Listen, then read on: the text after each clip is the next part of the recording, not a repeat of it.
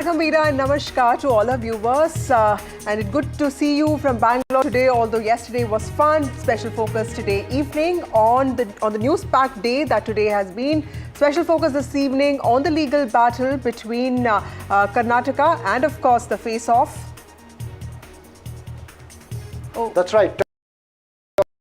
Between the opposition and the election commission. The first one, of course, between Karnataka and IPS officers. But first, let's take you through the headlines. We're tracking this up.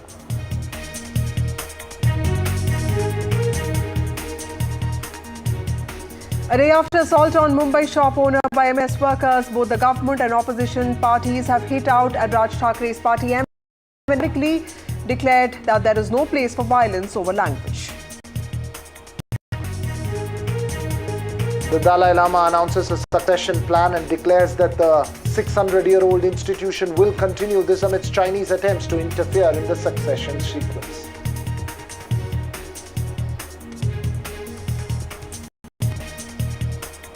Well, there's more trouble for Anil Ambani. Bank of India has decided to classify all loan accounts of its Reliance Communications Limited as fraud. This is a move that dates back to transactions that happened in 2016. Anil Ambani's law firm has responded to SBI.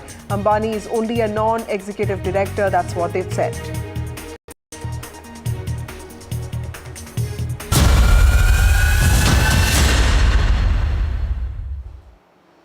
First up this evening, a quick update on Karnataka politics, Vasudha, and the state's cabinet meet, which on a rare occasion was held at the pristine and scenic Nandi Hills outside of Bengaluru and designed to send a message of focus on Chikbalapur and Kolar districts.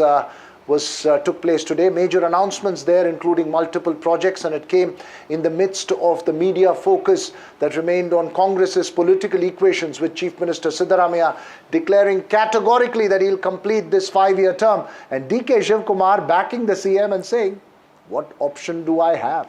Well, that's right, Veera. There's never a full stop for the drama that keeps happening in Karnataka politically. Now, both leaders, DK Shivakumar and Siddaramaiah, have repeatedly sent out these messages of unity, but speculation over power tussle doesn't cease. This morning, too, what happened was that in an apparent damage control effort, a video of Congress MLA B.R. Patil apologizing for his remarks against the Chief Minister was leaked to the media. Remember, B.R. Patil's comments were seen by the Congress High Command for sparking the latest round on the power tussle.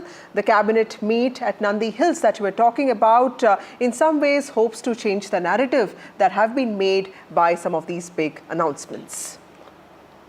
That's right, Vasudha. The Chief Minister declaring that 3,400 crores worth of development projects were discussed and declared, and that there is no shortage of funds, underlining that there is no shortage of funds there after the cabinet meeting. Also as expected, Bengaluru Rural will now be renamed Bengaluru North. The areas around the airport have had a huge boom in prices, and the effort to rename this was primarily to boost the image of the area, making it part of the urban megapolis. But let's first listen in to the political comments from the Chief Minister and Deputy Chief Minister, and also Deepak Bopanna outlines for us news from that cabinet meet.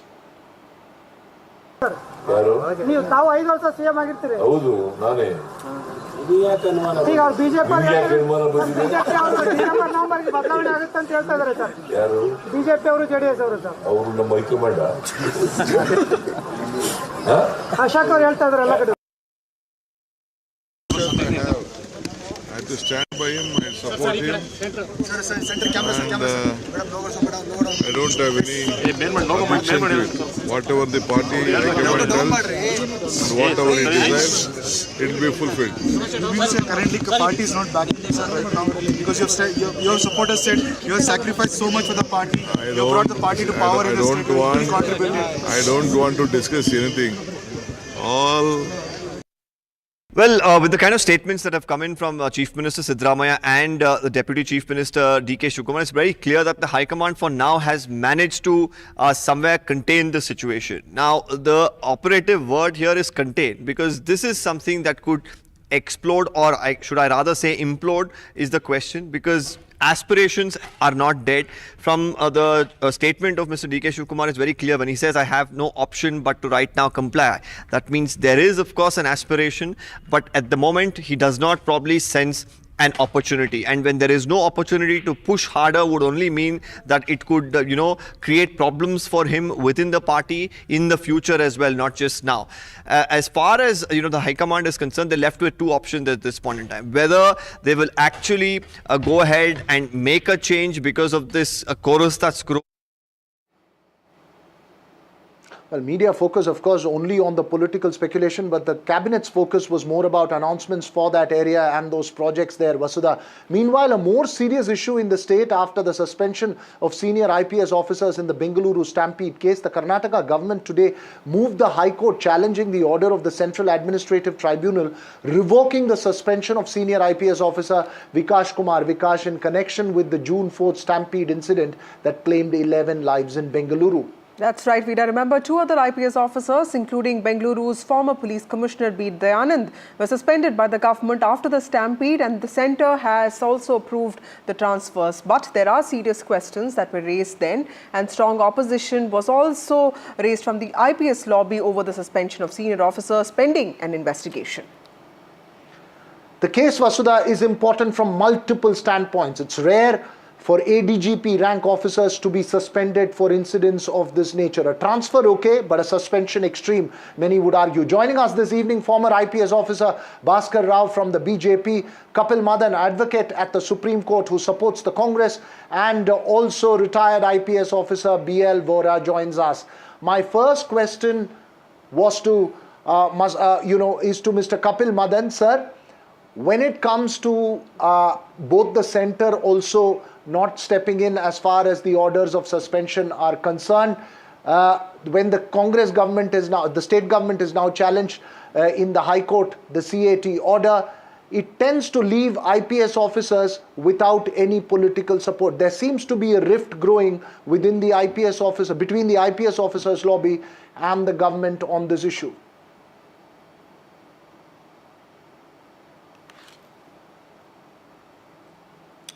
So you'll have to unmute yourself. If you look at the entire sequence of events, if you look at the entire sequence of events, one thing is very, very clear, that the Karnataka government is not acting without, they're not acting with, any kind of fear or a favor. They are proceeding ahead transparently. And allow me to make point number two. If you'll ask legally about the suspension, let's be very clear and let's educate our viewers that this is not a verdict. It is more of a procedural safeguard, because we all know it is the police who is investigating the offenses. And once you show and you take, a strict action like this, it also gives a message to the people, to the public, that the government is not trying to cut any corner. The government is not taking any administrative lapses casually, and they are determined to move ahead and would ensure that there is a free and a fair and a thorough investigation.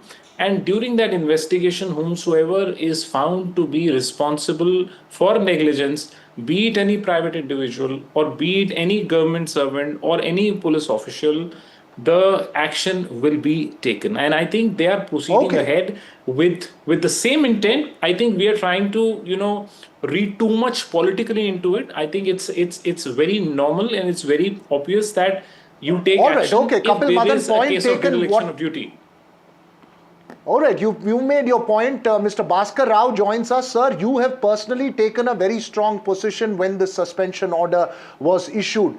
But despite the BJP state unit questioning it, the centre has ratified the suspension. Where do the IPS officers have any support from the political establishment at all on this case? No police officer has any support from anywhere, even from his colleagues or from an association or from anywhere. He has to just fend for himself, come what may. All the tamjam and glory looks nice as long as it is going on, but when crisis hits, I have myself experienced, and I've also seen the plight of my seniors, and now I'm seeing the plight of my juniors.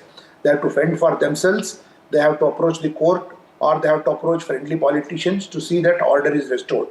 In this case, Vikas was very bold enough, I really admire, that he approached the Central Administrative Tribunal and he was able to secure justice because the proper procedure was not applied and nor was any natural justice afforded.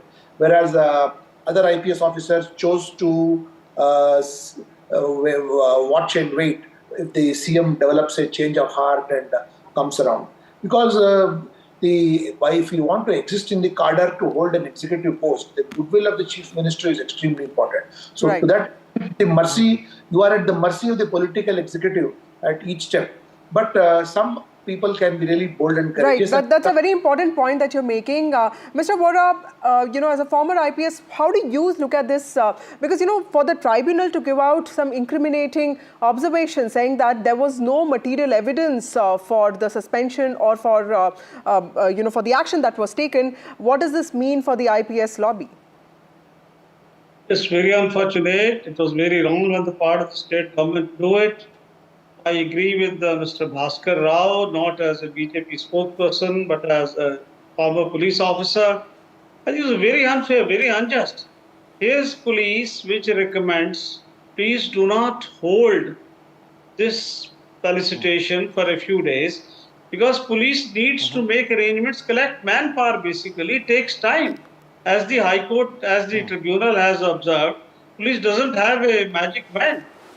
They're not magicians. In spite of the recommendation of the police to postpone it, the state government went ahead. The RCB was a culprit. They put it on social media. More than 3 lakhs people came in a stadium which can hold only 35,000 people.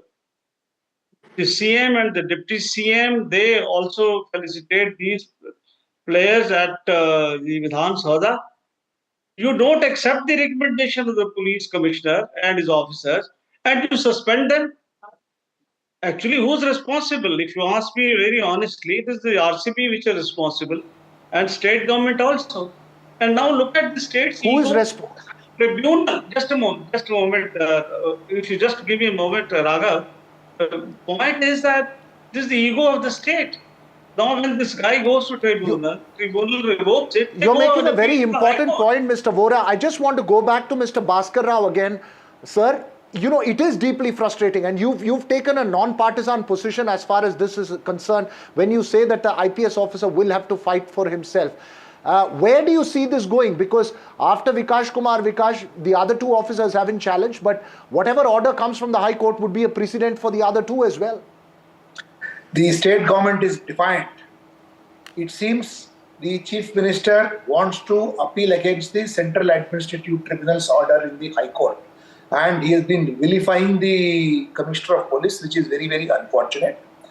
And the other officers, Dayanand as well as the DCP, did not approach, but it was only Vikas who approached. And we have all seen, I have sat on that chair. And the police commissioner commands the confidence of the chief minister. And it is not Dayanand or Bhaskar Rao or Megharik or M.N. Reddy or Sunil Kumar who are sat on this chair. It is the institution of police commissioner that has been humiliated and insulted. I have always maintained here saying that the police commissioner is like a huge people tree under which everybody takes shelter. There are so many unwritten dictats of the chief minister which we carry out, and we keep so many secrets of the government within the 4 walls of our room. And the chief minister also is very frank and open with us. Now all that is gone. No subordinate will now trust the police commissioner. He will say that when you can be suspended, hamari kya hai? When we can be suspended, we are all minor. Absolutely. Kapil Madan, you heard both the panelists out, especially Bhaskar Rao, making those very important points. Clearly, there was some knee-jerk reaction from the ruling party, especially after the stampede happened. With whatever the tribunal has said, would you accept that?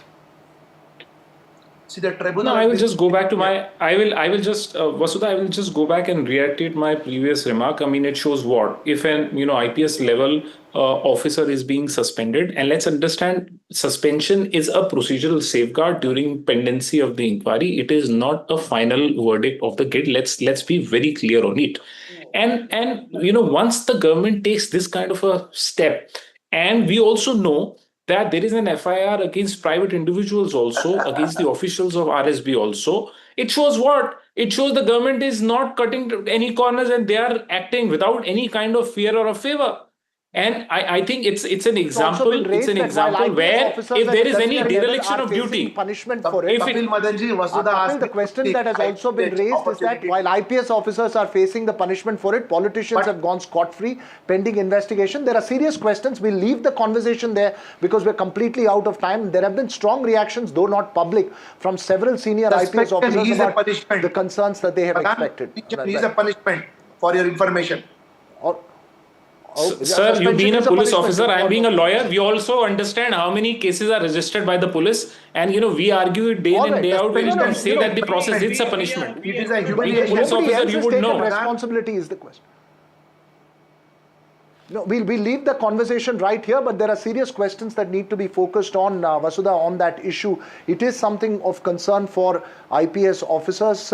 We'll see how that plays out. But shifting focus now to the sharp reactions after another case of alleged custodial death in Tamil Nadu, the state government, in what is seen as a damage control measure, swiftly appointed Naveen Kumar, the brother of the victims, Ajit Kumar, to a government job under sharp political attack over the case from the opposition. Chief Minister M.K. Stalin, remember, had met the family of the victims yesterday. Absolutely, Veera. In fact, the Chief Minister also apologized to the family, and 5 police officials have also been suspended in this case. But the opposition AIDMK has launched an offensive against the DMK government. Actor Vijay's TVK, that's also an important player this upcoming election, has taken on the DMK over multiple cases of custodial deaths. 27-year-old Ajit Kumar, the security guard who was allegedly beaten to death by police in custody, is in a case of petty theft in Sivaganga district, is at the center of all attention now. Meanwhile, an alleged video of police brutality in another older case has also come to the fore. That's right, Vasudha. Serious questions there before the police force and the government. NDTV Sam Daniel joins us live now. Sam, the DMK seems to be on damage control mode as far as alleged custodial death case is concerned, but the political offensive continuing from the AIDMK and the TVK. That's right, Veera Raghav. To begin with, Chief Minister M.K. Stalin has ordered a CBI probe, saying that there shall be no questions on the investigation. In a sense, he has tried to preempt the possibility of this issue becoming a fodder in the hands of the opposition in the run-up to the 2026 assembly elections. Secondly, the government has also offered a government job, a piece of plot for the family of the security guard of the temple who was killed under police custody. But the opposition is not giving up. Already, AIDMK Chief EPS and the BJP, they are demanding a special investigation by the National Human Rights Commission. They say they're going to write to them asking for a special investigation into this. And the assurance given by the Chief Minister and the claim that this Tamil Nadu government does not have anything to hide, they say is all not acceptable. And the Chief Minister, they say, ought to take responsibility for this kind of a trend, as they call it, in terms of custodial deaths, more than 20 over the last 4 years. Right. Thank you, Sam Daniel, for joining us with those details. Clearly, custodial deaths in Tamil Nadu becoming a political flashpoint. Veera, remember, even in the earlier regime under EPS, the Santankulam case became a huge political bone of contention. And now, with the Chief Minister himself reaching out to the family, it clearly is some form of damage control that the DMK is attempting. That's right, but the incident itself is an extremely shocking one, and there is another shocking case, and this one more urban in nature, of a 30-year-old software engineer who was arrested for allegedly filming his female colleagues in the Infosys campus washroom in Bengaluru. The arrest raises serious questions over privacy and safety of women and secret filming cases. Remember, recently a case of such filming in the Bengaluru metro was also cracked down on. Very disturbing, Veera, and it is an issue that most of us are extremely concerned about. There are laws and laws, but it's the implementation that really becomes a problem here. And this is a reputed office that we are talking about, which makes it all the more worrying. Based on the complaint that was filed by the victim, the police arrested Swapnil Nagesh. The incident came to light when the victim was waiting to use the washroom when she saw a girl coming out of a cubicle and caught a man's reflection in the mirror filming from the washroom that was adjoining to the room that she was sitting in. So clearly, even this act of finding out who was doing this was completely coincidental. That's right, Vasudha. It must be very, very deeply disturbing for anyone, especially women. Joining us this evening, Pallavi Jain, HR professional and social activist. Pallavi, what's perhaps more important is if this is just a one-off case or something that's happening without us knowing across offices. First of all, good evening, everyone. And this has been so shocking and unsettling on so many levels. The audacity of this male employee that he thought he could get away with an awful act like this, trying to film or filming female employees in the restroom, and thanks to the presence of mind of that the other female employee that she raised an alarm. I bet this guy did not have any fear of getting caught. And secondly, how did someone with such an intent manage to get past the hiring process? We need to revisit our background verification procedures, not just for compliance, but for safety purpose. Right. Anytime within an interview or during a background verification, we see a red flag like this, we need to address that. Right. And but Pallavi, tell us, how does the law look at something like this? Most of these IT companies are not just in cities, but they're also in suburban towns. They're also in the outskirts of the cities. There are IT employees, there are service providers. So it's a whole ecosystem that's working there. How does law work in a place like that? Because there are also people coming from different states who are working in these offices. Absolutely. And I think we need to address this at two levels. At least basic minimum. Certainly, posh committees need to step up more than just on paper. I think they need to do more serious and engaging work with employees.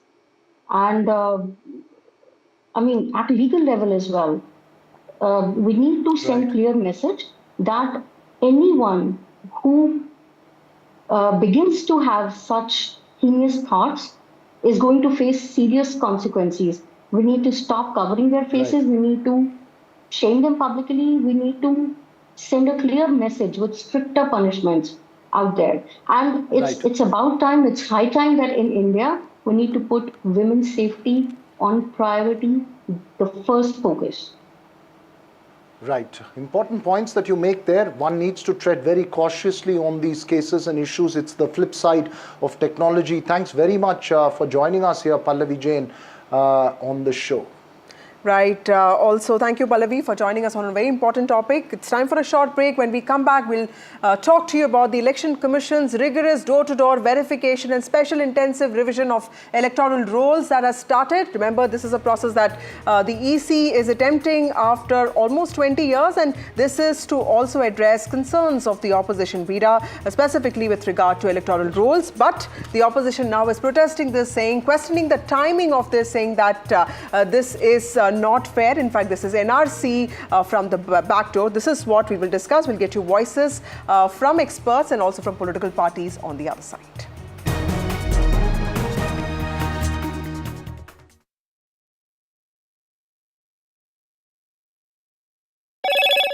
Hello, Moto. Motorola, India's leading AI smartphone brand.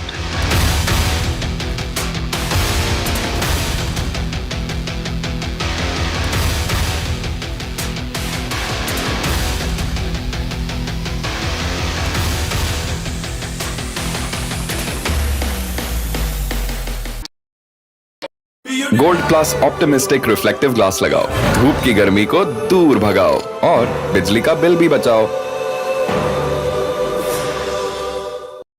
Is your business future ready? Join the 13-week strategic ESG certification program for business sustainability and growth for CXO and business leaders by NDTV, Terry and Zenora. Master global ESG frameworks, gain real-world tools, and lead with impact. Starts July 13th. Enroll now and power your business with sustainability. Finesta Windows. Beautiful and durable designs. Installation से maintenance की lifelong customer service. आपके घर में Finesta नहीं है तो call कीजिए. Find Finer Finesta.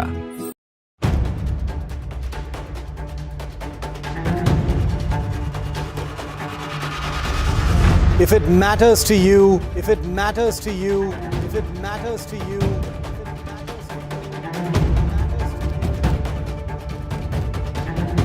it matters to India. It matters to India. It matters to India. And it matters to me. And it matters to me.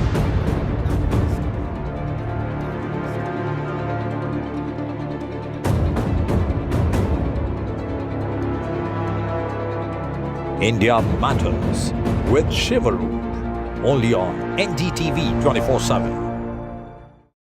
I've been reporting on all issues big and small from Andhra Pradesh, Telangana, rest of South India, bringing you all the action, all that you need to know, all that you want to know. The energy of Maximum City is infectious. I'm bringing that energy in our news coverage from financial capital Mumbai. Covering from the southernmost part of India over the last 23 years, I bring in-depth and 360-degree coverage from the Dravidian heartland. The land of Mishti, also known for its bitter politics.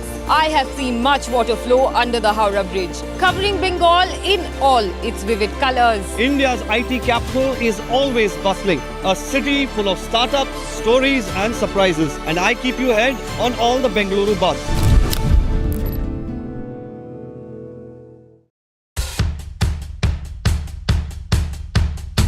The markets move fast. And so should your portfolio. Expert insights, real-time stock picks. Do I buy Ola? Should I hold ICICI for the long term? Buy, sell or hold. The answers you need, straight from the experts. Callers from India and across the world. Connect live, ask, decide and invest wisely. Your portfolio, your future. Ask Profit.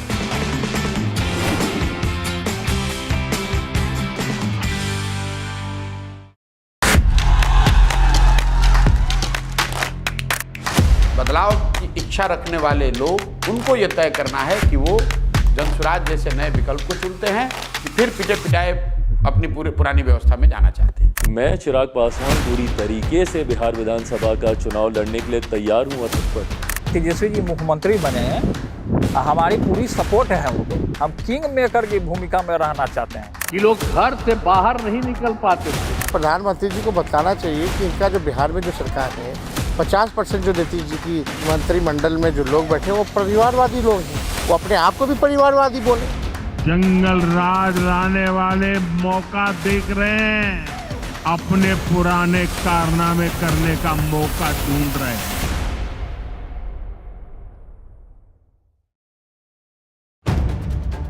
If it matters to you, if it matters to you, if it matters to you, it matters to India. It matters to India. And it matters to me. And it matters to me. India Matters with Shivakumar. Only on NDTV 24/7.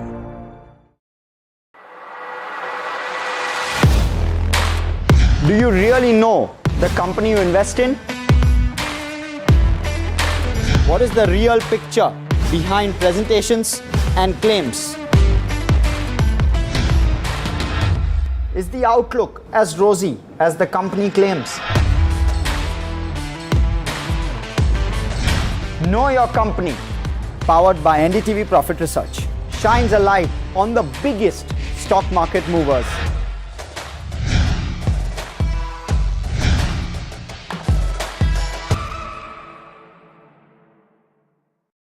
Is your business future?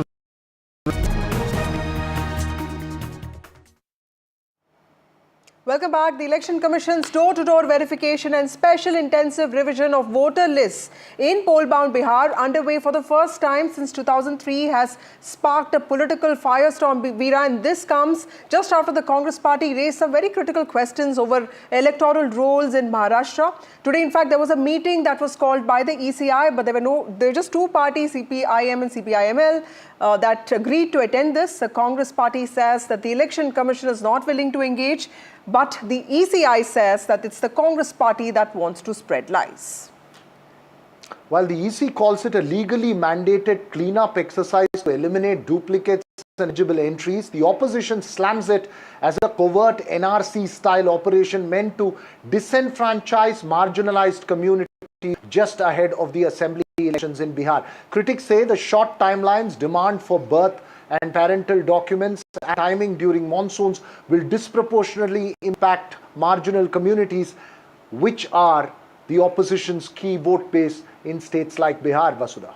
That's right, Vida. The EC, however, has defended this move as routine, and it has also said that this is essential for the electoral rolls to get accurate and to weed out duplication and address concerns which in fact have been raised by the opposition. So that is what we discussed today. We are joined by Nasir Hussain, Congress MP.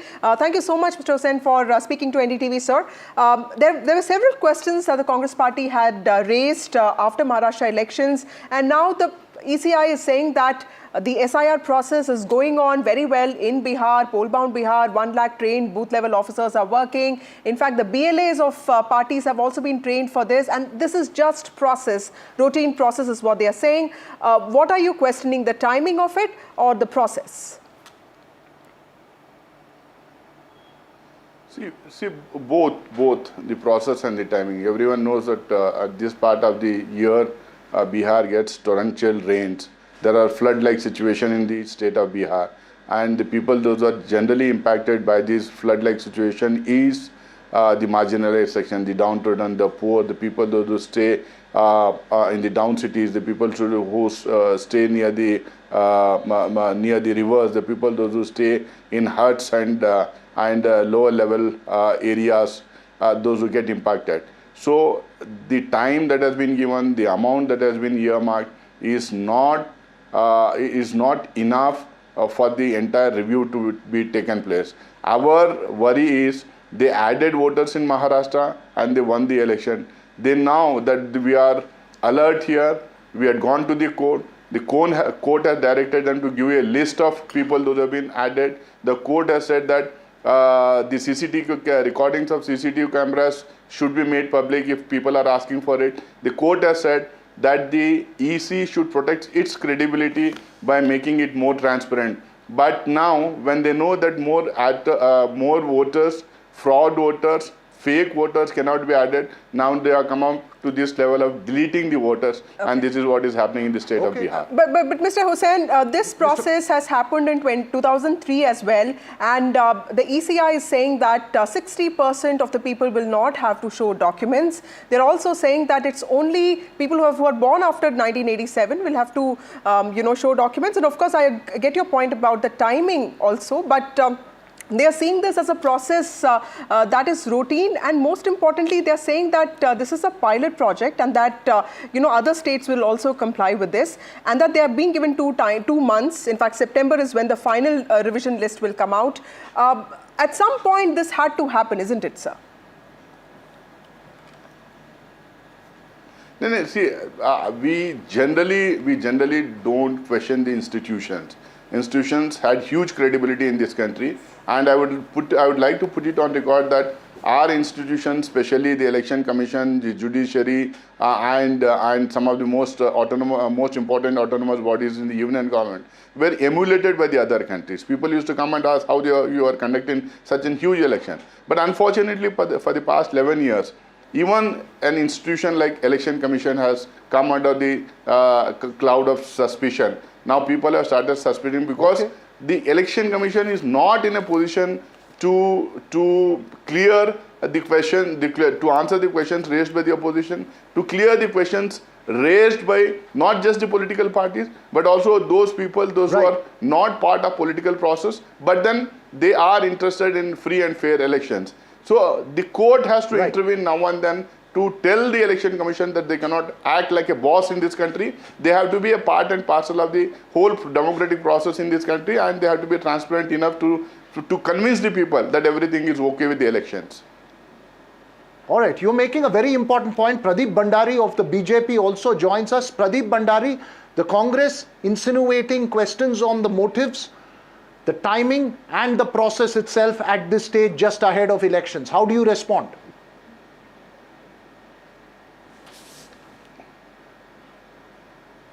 Mr. Bhandari. Yes. Yeah. See, let us go to the essence of it. Mr. Hussain was speaking about the court. Recently, the Bombay High Court junked the petition which was related to the voter list in Maharashtra and the Maharashtra elections, point number one. So the fact of the matter is, not a single court, whether a High Court or a Supreme Court, has said that anything which has happened in Maharashtra is having even an iota of incredibility, and the elections were free and fair, point number one. Now let us take the argument of the Congress party forward. The Congress party has been claiming that the voter list was not sanitized. Now if the Election Commission, as per the constitutional power under 324, which it has been exercising since 1951, where it has conducted multiple special intensive revision, if is doing so in Bihar, and not only in Bihar, but is also doing so in Tamil Nadu, Bengal, Assam and various other state elections, I wonder why the Congress party has problems, because there are more than 1 lakh booth level agents appointed by various political parties and more than 1 lakh booth level officers. So in a scenario where an individual has not been added to the voter list, hypothetically a member of the opposition or a voter of the opposition, I believe opposition has booth level agents in every village of Bihar and they can approach the election officer in that area. Okay. So it is very hysterical and fallacious to think that a normal voter will not be added. Just 10 seconds of point that I'll complete, which is there. Taking forward the argument that Bihar, there will be floods in Bihar. Kosi is a region where majority seats are won by the Bharatiya Janata Party and has been traditionally prone to floods. But I have not opposed it because this is a free and fair exercise. So I believe Congress is only doing so for political reasons in order to have a defense mechanism for losing Bihar elections. Okay, Mr. Virag Gupta, there are many questions being raised about the two deadlines here, 1987 and 2003. 2003 we know was the last time SIR was done, and 1987 was the Citizenship Act amendment that came into force. This is a document-scarce state that we are talking about, sir, Bihar. You know, when you ask people to produce birth certificates of their parents, it might lead to some sense of doubts as well. How will you justify the SIR process as routine and procedural? It is the 75th anniversary of the Constitution, and Constitution there are two provisions. Article 324, wherein the Election Commission has other powers, and secondly is the Article 326, where it is duty before elections of the Parliament or the State Assembly. Now there are two rules are there. One is the registration of electoral, and second is the representation of people act. That's are there. Now, three type of revisions can be done. One is the summary revision, which is done every 4 times in a year. Second is the special summary revision, and third is the intensive revision. Now, let us understand that we are doing so many KYC checks. Like for mobile, we are doing the SIM card verification. For tenant, we are doing many verifications. For cyber fraud, we are doing the bank account KYC, other things. So these voter lists are the only document in India which gives rights of nationality, which reflects the nationality right. So for the health of democracy, such type of verification, such type of any intensive verification must be welcome. Now Election Commission has to ensure only two things.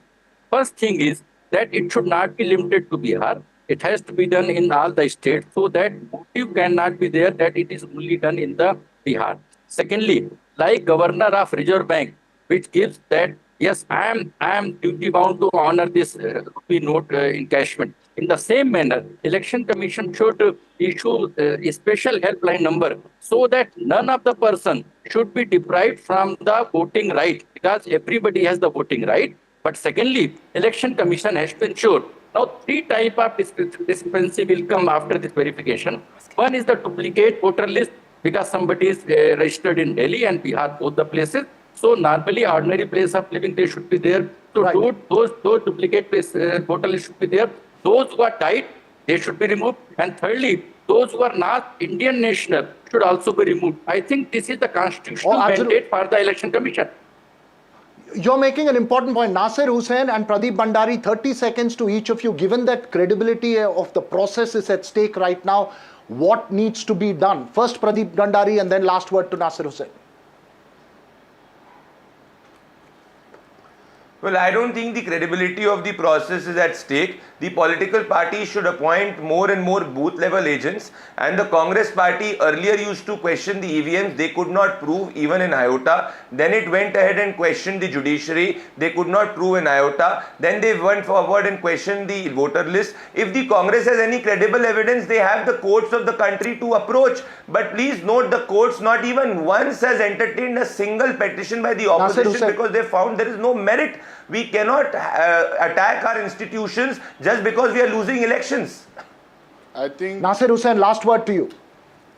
I think the BJP spokesperson forgets the judgment of Chandigarh High Court, where it was clearly said, it was not by any party, it was by an individual, where it clearly said that all proof should be given. Voter list and the CCTV camera should be made public if somebody files a petition. It is very clear in it.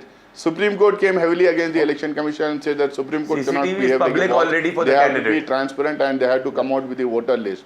And then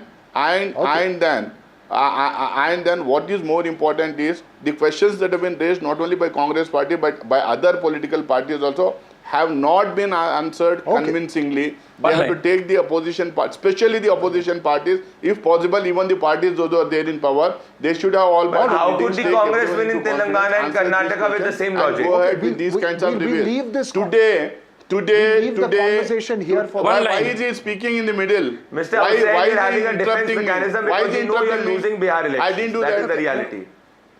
This conversation you allow me to speak. If you want to speak, you speak separate. Thanks very much to all three of you for joining us. Go ahead, Vasudha. Completely out of time. Thank you both of you for joining us. Veera, you were saying something. No, with the conversations done, we need to move across to another newsmaker this evening, Vasudha. MIM's Asaduddin Owaisi, in fact, addressed a press conference today. Veera, talking about the same thing. He joins us now for a quick chat. Thank you, Mr. Owaisi, for speaking to NDTV. You raised a lot of points against the SIR process. You have talked about the lack of birth certificates in Bihar, the timing of this exercise. But, sir, it is the opposition that raised questions on electoral rolls. And now the EC is only attempting what it calls the purification of the rolls. In fact, the EC says this is a process that's going on smoothly with the BLOs and volunteers, and not just will duplication be weeded out, but also the process will ensure that only Indian citizens will get to vote, which is something that the Constitution mandates. How do you look at this? See, first of all, you have used the word purification and only Indians should be there. Is the ECI saying that the 2024 Parliament election voter list was not pure? And if that is the case, then would the ECI allow all of us to file cases against the result of Bihar? Secondly, how can you say that in 2024 one has the right to vote, but not in 2025? That in itself is a grave violation of Article 14. You are creating two classes of voters. And for that, there should be some reasonable basis. That reasonable basis is not there. And fourthly, the Election Commission data published for 2024 Parliament elections say that 7,72,59,579 voters are there. Now the ECI is saying that 4.96 voters from 2003 would be automatically taken in. How can you stop the other voters? You see, when you allowed them to vote in 2024 Parliament elections, which brought in Mr. Narendra Modi as a Prime Minister third time. And the fourth most important point is that the civil registration system in Bihar clearly tells us that in 2000, the birth registration was only 3.7. In 2004, it was 11.5. In 2005, it was 16.9. And please juxtapose these figures with what the Election Commission has come up with now, that the electors born before 1/7/1987 have to provide place of birth. Now, second, the important point is that electors born between 1/7/87 to 2/12/2004 and electors born before 2/12/2004. Now, if this is the abysmal rate of registration of birth certificates, how do you expect that all names would be there? And last and important point is that BLOs have been given unbridled powers. If you go there for 2 or 3 times, that voter is not there. And please understand that many assembly constituencies in Bihar are majority are rural constituencies.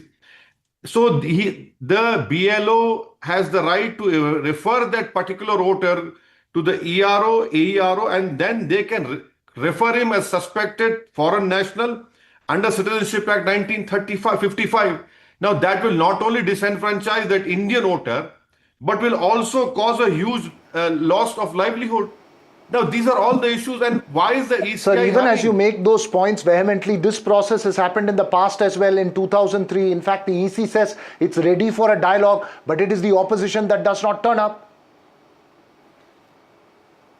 First point to the question you asked. Last time SIR was done when there was 1 year to Lok Sabha elections and 2 years to the Vidhan Sabha State Assembly election.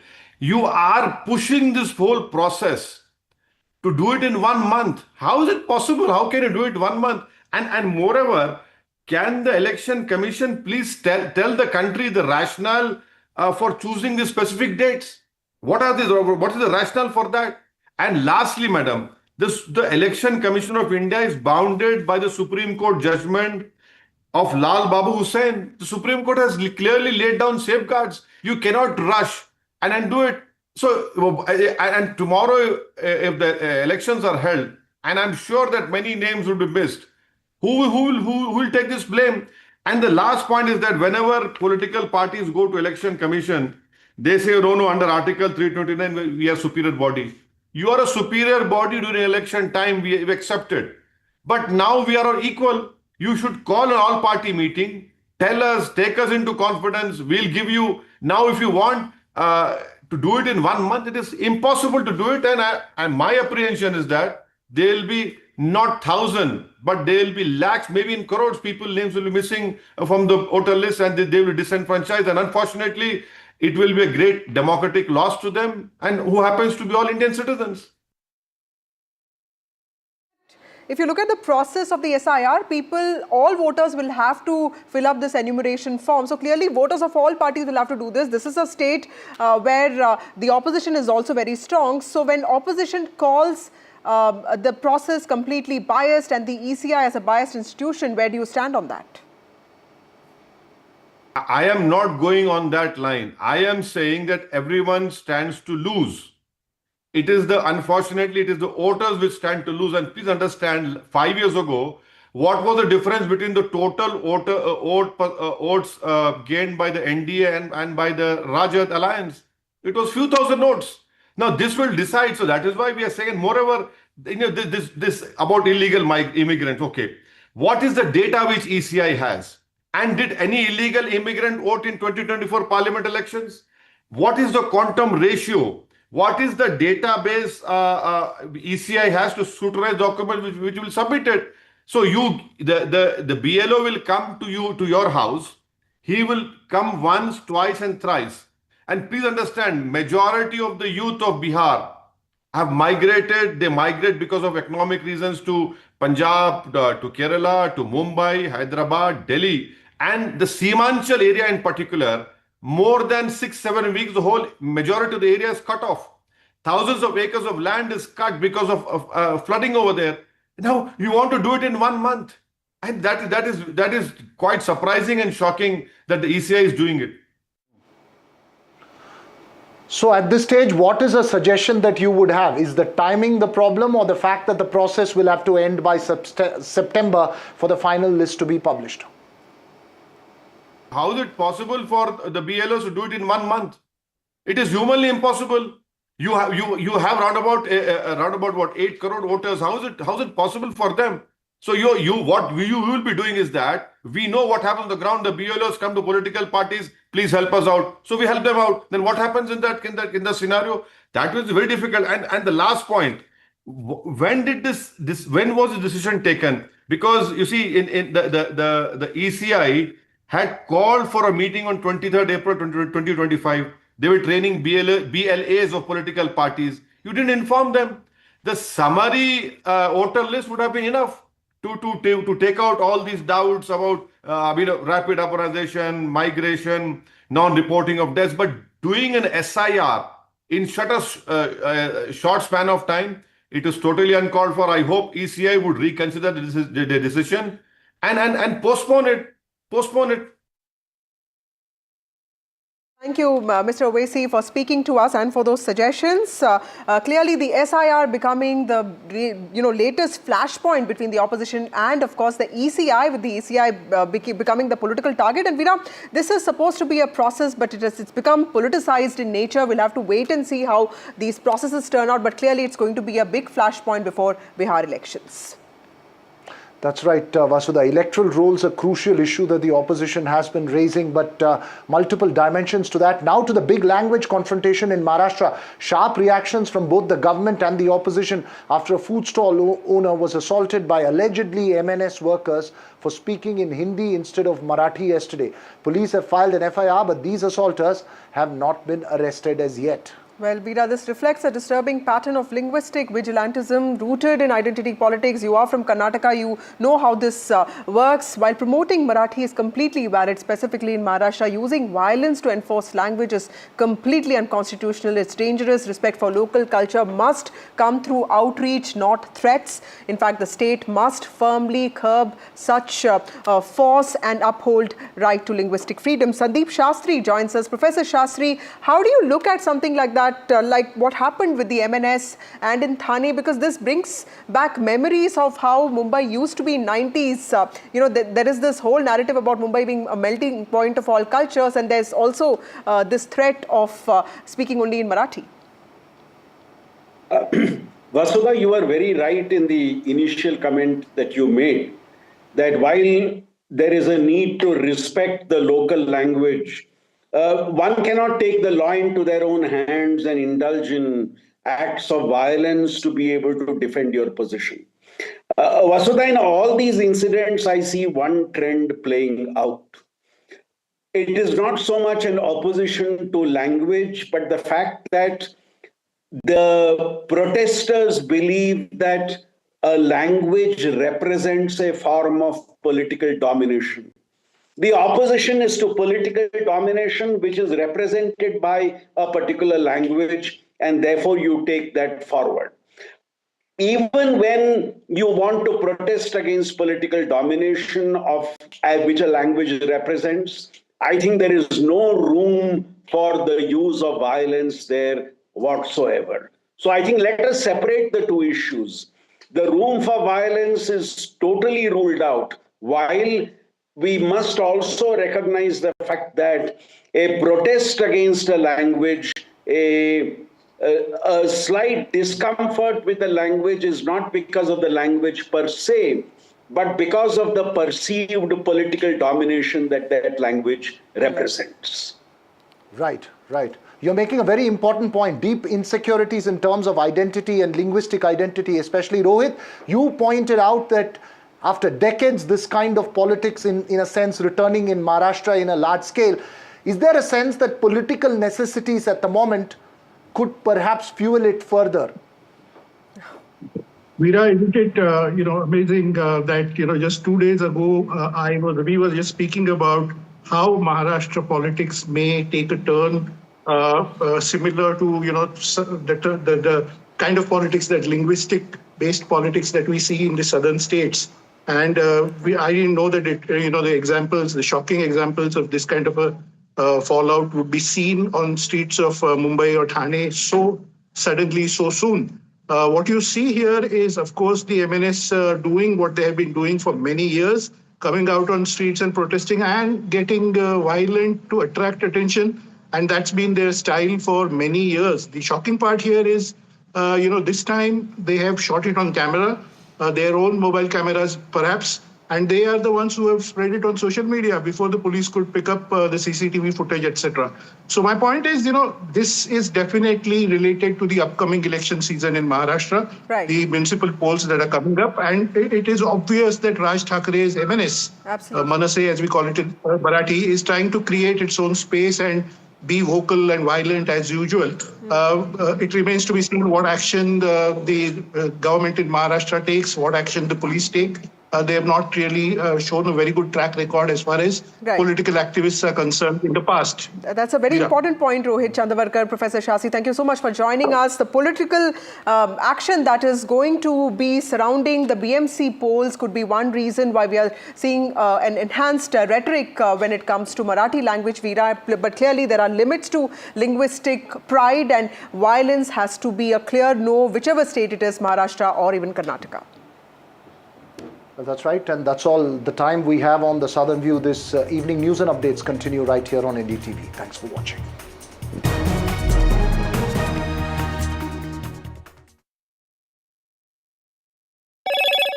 Hello, Moto.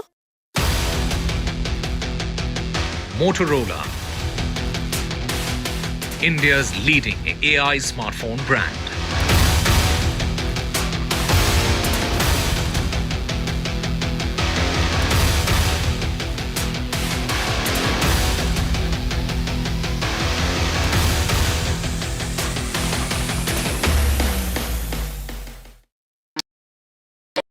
That's huge. That is a biggie. It's out there. Gold Plus Clear Glass. Par ho ya near, sab kuch dikhe clear. I've been reporting on all issues big and small from Andhra Pradesh, Telangana, rest of South India, bringing you all the action, all that you need to know, all that you want to know. The energy of maximum city is infectious. I'm bringing that energy in our news coverage from financial capital Mumbai. Covering from the southernmost part of India over the last 23 years, I bring in-depth and 360-degree coverage from the Dravidian heartland. The land of Mishti, also known for its bitter politics. I have seen much water flow under the Howrah Bridge, covering Bengal in all its vivid colors. India's IT capital is always bustling, a city full of startups, stories and surprises. And I keep you ahead on all the Bengaluru buzz. Fenesta Windows, beautiful and durable designs. Installation से maintenance की life long customer service. आपके घर में फिनेस्टा नहीं है तो call कीजिए. Fine, finer, Fenesta. The markets move fast. And so should your portfolio. Expert insights, real-time stock picks. Do I buy Ola? Should I hold CDSL for the long term? Buy, sell or hold. The answers you need, straight from the experts. Callers from India and across the world. Connect live, ask, decide and invest wisely. Your portfolio, your future. Ask Profit.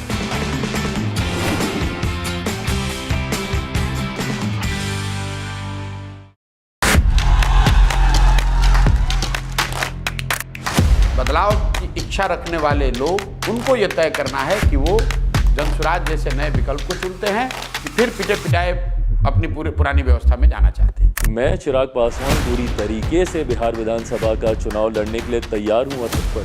Tejashwi ji मुख्यमंत्री बने हैं, हमारी पूरी support है उनको। हम king maker की भूमिका में रहना चाहते हैं। ये लोग घर से बाहर नहीं निकल पाते थे। प्रधानमंत्री जी को बताना चाहिए कि इनका जो बिहार में जो सरकार है, 50% जो नीतीश जी की मंत्रिमंडल में जो लोग बैठे वो परिवारवादी लोग हैं। वो अपने आप को भी परिवारवादी बोले। जंगल राज लाने वाले मौका देख रहे हैं, अपने पुराने कारनामे करने का मौका ढूंढ रहे हैं।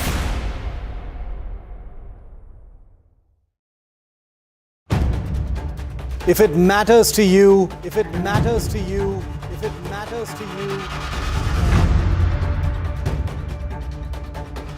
it matters to India. It matters to India. And it matters to me. And it matters to me. India Matters with Shivakumar. Only on NDTV 24/7.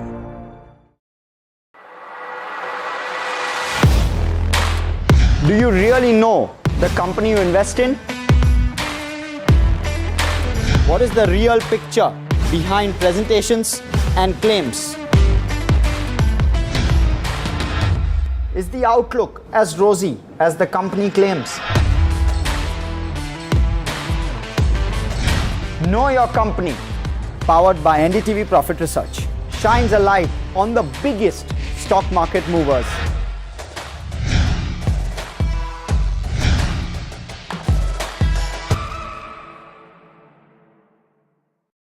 Is your business future ready? Join the 13-week strategic ESG certification program for business sustainability and growth for CXO and business leaders by NDTV, Terry and Zenora. Master global ESG frameworks, gain real-world tools and lead with impact. Starts July 13th. Enroll now and power your business with sustainability.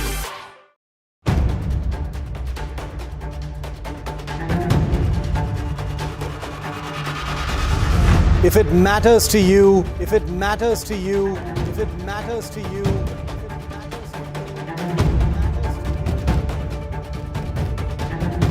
it matters to India. It matters to India. It matters to India. And it matters to me. And it matters to me.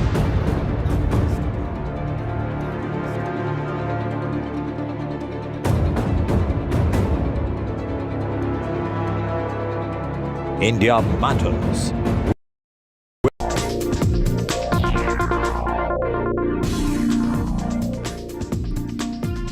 Good evening and a very warm welcome to India Matters on Wednesday night. On the show tonight, I'm going to be dwelling on something that I know you, the viewer, and I have in common.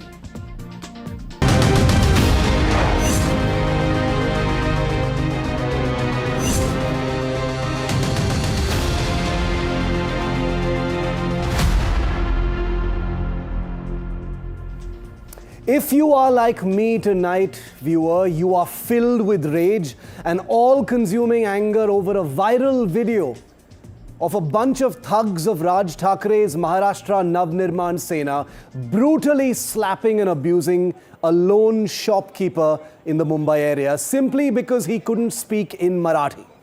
This one video has triggered something bigger.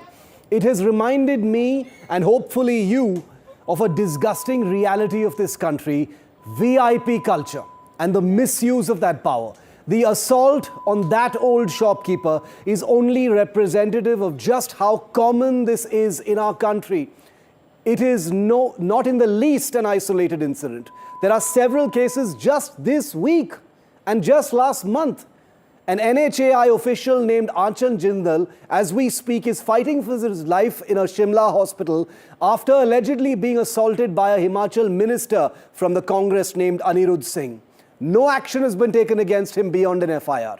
Just days ago, the thugs of BJP Madhya Pradesh MLA Rajiv Singh assaulted and injured a passenger on a Vande Bharat train because he refused to switch seats with the VIP.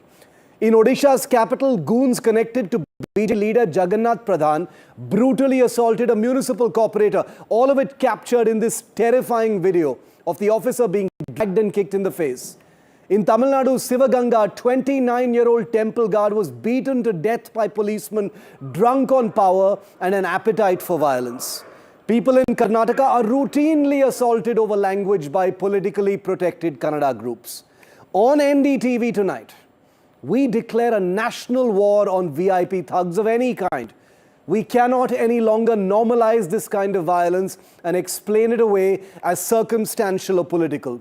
NDTV will lead the way and pursue each of these cases to logical conclusion. Let VIP thugs of all hues hear India's message loud and clear tonight. Because be taught the lesson of their lives. And NDTV will not hesitate to name and shame Raj Thakre's goons tonight, viewer. The 5 cowards who got together to thrash an elderly shopkeeper named Babulal Chaudhary for saying he couldn't speak Marathi. Let me name them so that their names are loud and clear, so that their families, their friends and their shameless employers see this loud and clear and make no mistake. Pramod Nilekar is the accused, the first to slap.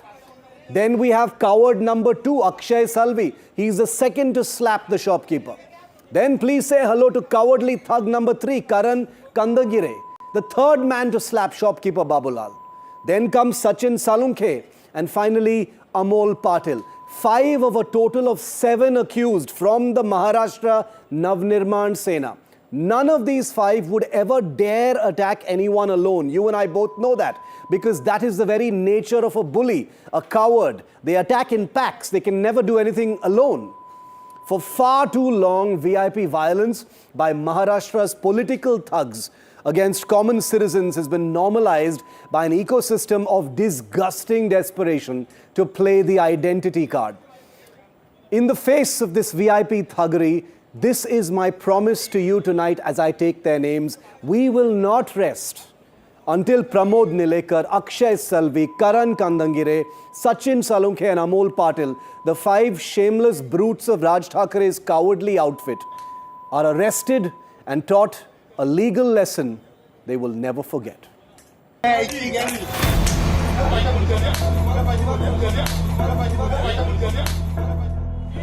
Babulal Chaudhary from Rajasthan has been running this sweet shop for 20 years in Mumbai's Mira Road. But the night of 29 June will stay with him as a bitter memory. A bunch of MNS goons barged into his shop, abused him and beat him, raining slaps on him. For what? He can't speak Marathi. Babulal is now in a state of shock, and he also feels the attack has taken a toll on his reputation. मन से कार्यकर्ता 7-8 हमारे दुकान में आते हैं, वो आते ही है ना, वो एक प्लान से आए थे, वो 4 बंदे उधर जाके ऐसे डायरेक्ट खाली पानी का बोतल लिया और उसके बाद मराठी की भाषा के ऊपर है ना गाली गलौज देके तोड़ फोड़ करने के बाद किया, डायरेक्ट ऐसे ही भाषा किया। हमारी इतनी बड़ी दुकान है, दुकान के सामने इतने कस्टमर थे और ऐसा मेरे को मारा, तो मेरा पूरा है ना माइंड भी एकदम डिस्टर्ब कर दिया और ऐसा अभी लगता है कि अभी हम लोग को ऐसे डर लग गया। Not only the owner of the shop, but Bagram, who works there, was also threatened in the attack. They were threatened with being beaten up if they did not speak the language. वो लोग बाहर rally निकाल रहे थे, वो rally निकाल रहे, वो 5-6 लोग अंदर आए, मेरे कैश काउंटर पे आए, मैं कैश काउंटर पे खड़ा था, फिर मेरे से उसने पानी मांगा और मैं उनको पानी दिया। अभी वो बोलते तुम कहाँ रहते हो? तो महाराष्ट्र में रहते हम लोग, तो तुमको मराठी नहीं बोलेगा, तुमको लापा मारेगा और दुकान तोड़ के डाल देगा और ऐसा तुमको ये से भगा देगा, नहीं तो तुम मतलब मराठी बोलना सीखो इधर। The attackers clearly seen in the video are yet to be arrested. Why is police dragging feet? An FIR has been registered against 7 MNS workers in connection with the incident. Notices have been issued to all of them and asked to appear in the police station for questioning within 2 days. While Babulal says that local MNS leader called him after the incident and apologized for the attack, the leaders of Raj Thackeray's party remain defiant and brazen, doling out open threats of more violence in the name of Marathi. Party's state vice president Reshma Tapase, in an interview with NDTV, justified what happened and also threatened a repeat. जो महाराष्ट्र में आना चाहता है, जो अपना पेट भरना चाहता है, जिनको लगता है कि महाराष्ट्र में अपने बीवी बच्चियाँ सेफ है, सुरक्षित है, उनको मराठी आनी चाहिए। जो मराठी का आदर नहीं करेगा वो पीटेगा। जो मेरे पास आ रहे हैं वो सीख रहे हैं मराठी। कसं ना जे आक्कडमध्ये बोलतात ना ते मार खाणार आहे madam. As the video of the attack went viral, all the political parties in the state have come out against MNS.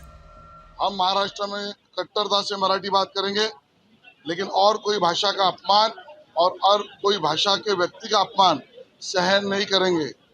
कोई भी कानून हाथ में ले ये सरकार मान्य नहीं करती। आप किसी को मार नहीं सकते, आप गुंडागर्दी नहीं कर सकते। उस व्यक्ति को अगर बताना है कि तुझे मराठी आनी चाहिए, सीखनी चाहिए, तो आप शांति से उसको बताओ। आप अगर संविधान को हाथ में लेते हो, मारा पीटी करते हो, तो अच्छी चीज नहीं है। हमें जिस राज्य में रोजी रोटी मिलती वहाँ की भाषा आनी चाहिए, लेकिन भाषा नहीं आ रही इसकी वजह से कोई मार रहा है तो इसका हम समर्थन नहीं करते। पुलिस उस पर कार्रवाई करेगी, कानून व्यवस्था पुलिस के हाथ में है। जो लोग महाराष्ट्र में आते हैं उनका स्वागत है, उनको रोजी रोटी यहाँ मिलती है, तो उन्होंने यहाँ की संस्कृति और यहाँ की मराठी भाषा दोनों का सम्मान करना चाहिए। लेकिन मारपीट कर ये हासिल नहीं होगा। ये हासिल तो प्यार मोहब्बत से सबको गले लगाकर सबको अपना मानकर ही होगा। तो मारधाड़ के पक्ष में तो कांग्रेस कभी थी नहीं और कभी रहेगी भी नहीं। The incident has created fear in the minds of common people. The question is, will respect to the Marathi language come through fear and violence? Language is a mirror of culture. But will the respect of language now be decided with sticks? What has happened in Mira Road is not just an incident. It is a reflection of the tension that is being dissolved in the city's fizza. From Meera Road with video journalist Praveen G. Rohit, this is Sujata Dwivedi reporting for NDTV. And NDTV's Sujata Dwivedi is the only reporter that has pulled out the names of those 5 goons of the MNS, has had the guts to actually question the powers that be, including the MNS and the BJP Sarkar in Maharashtra. And that makes us the only network that's asking the difficult questions. Joining me live now, Reshma Tapase of the Maharashtra Navnirman Sena. She's Vice President Roads and Infrastructure of the MNS, and Vishwas Pathak, spokesperson of the BJP, which is the ruling party. Reshma ji, मैं आपसे शुरू करूंगा. ये जो 5 लोग हैं आपके party के, जो एक दुकानदार जिसका नाम है बाबूलाल चौधरी, उस पर हमला किया, थप्पड़ मारा, उसको गाली दिया, क्या ये आप इसको सपोर्ट करते हैं? ये जो एक्शंस हैं, आप इसको सपोर्ट करते हैं? क्या है ना, आपको नमस्ते सबसे पहले। नमस्ते। कैसा है ना, हाँ, कोई भी अगर हिंदी में बोल रहा है तो ऐसा नहीं होता है ना कि हम लोग गए और उनको थप्पड़ मारा, ऐसे नहीं होता है। उसके पहले क्या घटा है ना, वो किसी ने नहीं दिखाया। क्या घटा है? ठीक है, उसके पहले क्या हुआ है, क्या घटा है? कि इसके पहले जो दुकान के मालिक है, उन्होंने महाराष्ट्र में कोई भी भाषा बोली जा सकती है, सिर्फ मराठी छोड़ के। ये नहीं, किसने बोला है कि ये कंपलसरी है कि वो मराठी में ही बोलेंगे? ये मराठी में क्यों नहीं बोलेंगे? लेकिन अगर महाराष्ट्र में कहाँ जबरदस्ती है क्या? जबरदस्ती है क्या? क्यों नहीं बोलेंगे? जबरदस्ती है क्या? ये कोई कानून है कि मराठी में ही बात करनी है? ये जबरदस्ती वाली बात सिर्फ महाराष्ट्र में पूछी जाती है। आपके लोगों ने जबरदस्ती की है मैडम? आपके लोगों ने हाथ उठाया, उसको मारा? वहाँ पे पहले कुछ घटना घटी हुई है, उन्होंने कोई घटना नहीं घटी है। हमारा रिपोर्टर वहीं पे थी। देखिए, हमारे पास इसका वीडियो है। पहले उन्होंने ये बोला, तो बताइए आप। कि ये क्या फालतूगिरी है। रेशमा जी, मैं आपको रिस्पेक्टफुली मैं आपको मौका देता हूँ। क्या घटी थी वहाँ पर? बताइए। मैं वही बताना चाहती हूँ। वहाँ पे जिस दिन हमारे सीएम ने जो GR निकाला था पहले से हिंदी का, वो GR जिस दिन रद्द हुआ, उसी दिन की बात है कि हमारे कार्यकर्ता वहां पे सेलिब्रेशन कर रहे थे, कुछ पटाखे फोड़ रहे थे, और वहीं पे मिठाई लेने के लिए उन्हीं के दुकान में गए थे। और उस टाइम पे उन्होंने पूछा, क्यों इतना जल्लोष चल रहा है, गणेशोत्सव है क्या, ये है क्या? तब हमारे कार्यकर्ता ने बोला कि अरे आपको पता नहीं क्या, ऐसे हुआ है, हिंदी का GR अभी रद्द हो गया है, अभी मराठी में बात करना पड़ेगा। तो इस बात पे उनका ये रिएक्शन था कि ये क्या फालतूगिरी है, मतलब मराठी में बात करना फालतूगिरी है क्या? और ऊपर से उनका ये है कि महाराष्ट्र में कोई भी भाषा बोल सकते हैं। मैडम ये सब आप अभी बोल सकते हैं, क्योंकि सब कुछ जो हुआ है वो कैमरे पे आ गया है। आपके जो 5 कायर हैं, आपके पार्टी के जो 5 कायर हैं जिन्होंने हाथ उठाया इस दुकानदार पर, भाषा में बात नहीं कर सकते। वो बुक हो गए अभी। नहीं, हमारे पार्टी में कोई भी कायर नहीं है। किसने हक दिया हाथ उठाने के लिए? किसने हक दिया? कहाँ पे कानून में लिखा है कि मराठी में ही का बात करनी है? किसने हक दिया आपके लोगों को? मुझे बताओ ना, मराठी में क्यों नहीं बात करना है? ये भी कानून में लिखा नहीं है ना। अरे मैडम, आपको पावर किसने दी है? आप तो पावर में नहीं है, आप तो सरकार में नहीं है, और बिल्कुल शायद नहीं होंगे भी। तो किसने दिया आपको हक कि किसी और नागरिक पर हाथ उठाने का? यहाँ पे अगर आप रोजी रोटी कमाने आते हो तो यहाँ की भाषा का, यहाँ का किसने बोला? कहाँ लिखा है ये? कहाँ लिखा है ये? क्यों नहीं? संस्कृत कहाँ लिखा है ये? लिखा है क्या? आप कानून है क्या? अपमान करना लिखा है आप क्या? कानून है क्या? मुझे बताइए, कानून में भी लिखा है क्या? रेशमा जी, आप कानून है क्या? मुंबई के, महाराष्ट्र के आप मुझे आप कानून है क्या? यहाँ पे सुनिए मेरी बात। कितने सीट है आपके? कौन से कानून में लिखा है कि महाराष्ट्र में आके मराठी भाषा का किसने बोला है? किस कानून में? दो सवाल सुनिए मेरी। सर, 2 सवाल मैडम। कानून में लिखा है कि महाराष्ट्र में आके मराठी भाषा का अपमान करे, किस कानून में लिखा हुआ? कौन सा अपमान किया है? वो हिंदी में बात कर रहे थे, इसमें क्या अपमान है? इसमें क्या अपमान है? इसमें क्या अपमान है? वो दुकानदार है जो महाराष्ट्र में 20 साल के लिए काम कर रहे थे, वो टैक्स भरते हैं महाराष्ट्र में। फालतू की आप कौन होते हो? आपके जो मैं मराठी मानुस हूँ। मैडम, आपका थका हुआ जो संगठन है उसको उठाने के लिए ये सब आप गुंडागर्दी करते हो। आपके जो 5 कायर लोग हैं जिनके नाम है हमारे स्क्रीन पे, हमारे पार्टी को एक तो सबसे पहले आपको कायर बोलने का राइट नहीं है। वो 5 कायर है मैडम, मैं फिर से बोलूंगा, सुनिए मैं फिर से बोलूंगा, वो 5 कायर है, उनका नाम भी लूंगा मैं फिर से। वो 5 कायर है क्योंकि वो अकेले नहीं लड़ सकते, वो अकेले नहीं लड़ सकते मैडम। डोंबिवली में जब पर प्रांतीय लोगों ने मराठी कुटुंबों को मारा तब आपके न्यूज़ वाले कहां पे गए थे? आप कुछ भी बोल सकते हो, आप कुछ भी बोल सकते हो, आज कोई सुनने वाला नहीं है आपकी बात। कल की बात सर, मुंबई के लोग थक गए हैं, मुंबई के लोग जो एमएनएस जैसा इर्रेलेवेंट संगठन है, डेस्परेशन में ऐसे हरकतें करती हैं, मामूली नागरिकों को लेकर हमला करते हैं। क्या आप किसी उद्योगपति को लेकर आप मार सकते हैं? आपके गुंडों को भेजिए ना कफ परेड, क्यों गुंडा बोल रहे हो? आप वहां पे भेजिए, किसी उद्योगपति को जाके मारिए। आप कभी करेंगे आप?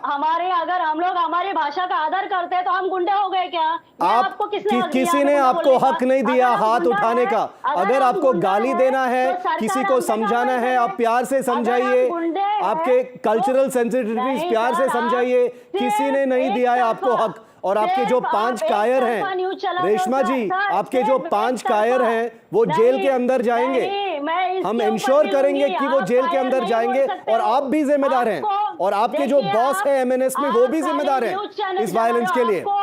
Let me bring in, put a fader down. Let's get in Vishwas Pathak on this. Vishwas, you've heard Reshma, who justifies the violence, which is ridiculous.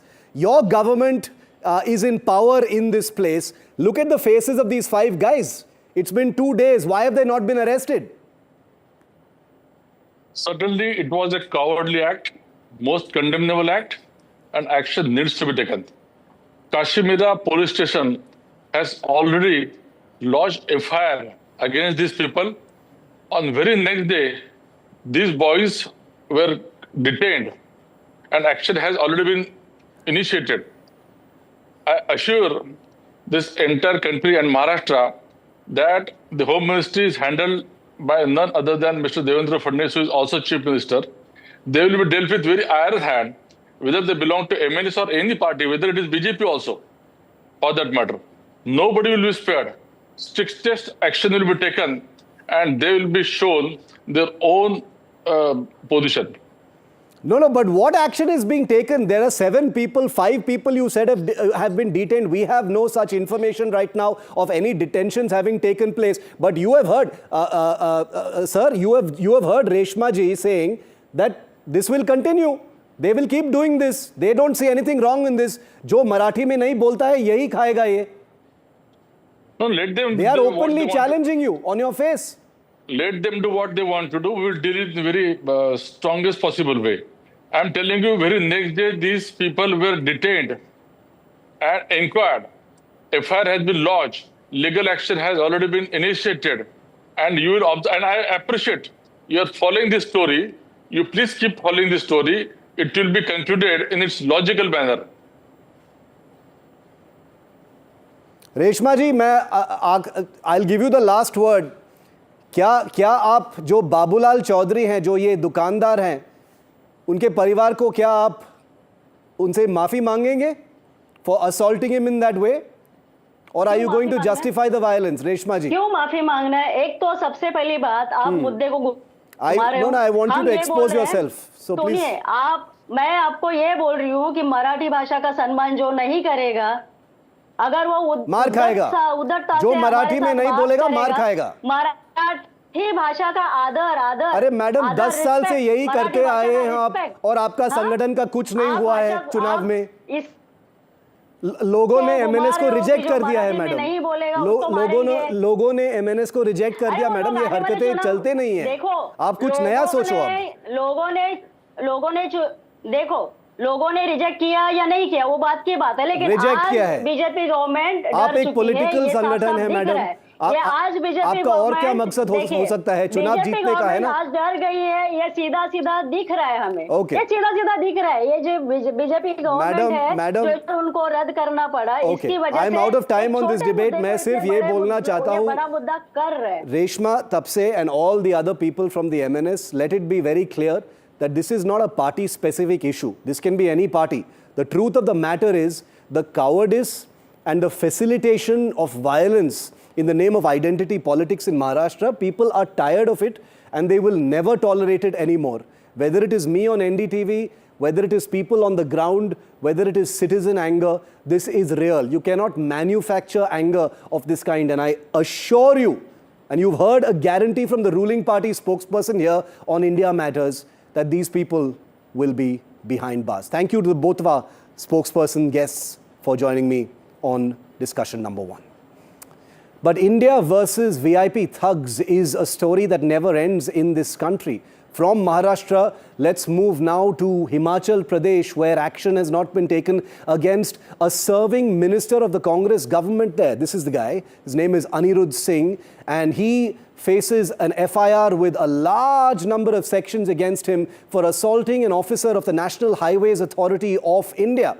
Apparently, this minister, and these are allegations, went up to him, assaulted him and abused him for some roadways and road widening work that was happening, which may or may not have resulted in some kind of building collapse in Shimla. This minister has been accused of thrashing the NHAI engineer, and that is that engineer fighting for his life inside a hospital at this point of time. So the question now is, will this minister Anirudh Singh be arrested? Is the Congress going to continue to actually protect him? Well, he's just spoken out, by the way, so we have to give him a chance to speak as well. Listen in. I deny from all allegations. ये केवल मात्र building के लिए गिरी, उनको पता था कि ये बड़ा मुद्दा बनेगा, उसको कवर अप करने के लिए उन लोगों ने ये साजिश जो है रची है। तो हॉस्पिटल में कितने देर एडमिट थे, आप इसका रिकॉर्ड लीजिए। वो अधिकारी वहां पे एडमिट भी नहीं हुए हैं उस हॉस्पिटल के अंदर, वो क्या बोलते हैं। तो मेरा यही बोलना है, जो अभी FIR अगर करी है इसमें कोई वो नहीं है, फर्स्ट इंफॉर्मेशन रिपोर्ट है और ये इंक्वायरी होकर जो भी आउटकम आएगा we are ready to face, कानून का जो है पालन समान हम सभी करते हैं। Why hasn't Anirudh Singh been arrested? Why hasn't he even been questioned? Why is his word being taken despite all these sections that have been that he has been booked under, including criminal intimidation, assault, etc.? Joining me live is Anirudh Singh's colleague in the Himachal Pradesh Congress government. Vikramaditya Singh is live with me. Mr. Singh, thank you for your time on this sensitive story from Himachal Pradesh. We've just played out what Anirudh Singh, your ministerial colleague, has also said. Very serious sections against him. He's been booked for assault and various other things in the attack on an NHAI officer. Why has he not been arrested yet, sir? See, I would like to state that we have the highest regard for the law and order in the state of Himachal Pradesh, and everything will be done to maintain peace, harmony, and all of that is being done. The Chief Minister has already spoken about it, and an FIR has been registered, but I want to bring you, or I want to take you rather, to the backdrop of this entire story, how it has emerged. This is a case, I would say, of some kind of negligence on the part of NHAI, that is National Highway Authority of India. I am also the PWD Minister of Himachal Pradesh, and I have been regularly meeting officials. I have been regularly meeting the Central Minister, Honorable Shri Gadkari Saab, also on this matter, and there are some concerns regarding the way the excavation in the roads which are under construction that is happening. There's a lot of resentment amongst the people, the local communities, in the way the construction is happening, and the building that collapsed day before yesterday is also a result of this. So we have been having dialogue with the officers. Just today evening, I had a meeting with the NHAI officials, and we have assured them that all possible support will be given to them, and the Honorable Minister also has given his viewpoint about the entire things, the entire narrative or the entire time span, how everything occurred. So I am sure that law will take its own course, and the viewpoint Mr. Singh, I of the appreciate you giving us the details and the background of this, but the obvious question that will arise in citizens' minds when they see this is that, no matter what the, provocation, if what you're saying is correct, this is an elected representative and a minister in a position of power and responsibility. How can he take matters into his own hands in this way? See, I would not like to get into the specifics, but yes, there are some allegations, and the Honorable Minister has replied very categorically on all of the issues. So the Honorable Chief Minister has taken cognizance of the matter, so I would not like to elaborate on it. But the very fact that the FIR has been registered speaks volumes about the intent of the government. So yes, we are heading in the right direction, and in the times to come, if anything of this sort has happened, because as if now there are all allegations, mere allegations, and in the times to come, how it transpires, I am sure that the investigative agencies or the police, for that matter, will look into that. But I can assure you as the PWD Minister of the state, that we want to have a harmonious relationship with the center. We want to work collectively for the nation building, for the state building, and all the agencies that are working in Himachal Pradesh, all the PSUs that are working in Himachal Pradesh, we want conducive atmosphere for them in Himachal Pradesh, and all type of security, all type of help will be provided to them, because ultimately we all are working with one single agenda, that is nation building. Yeah. So my viewpoint on that is very clear.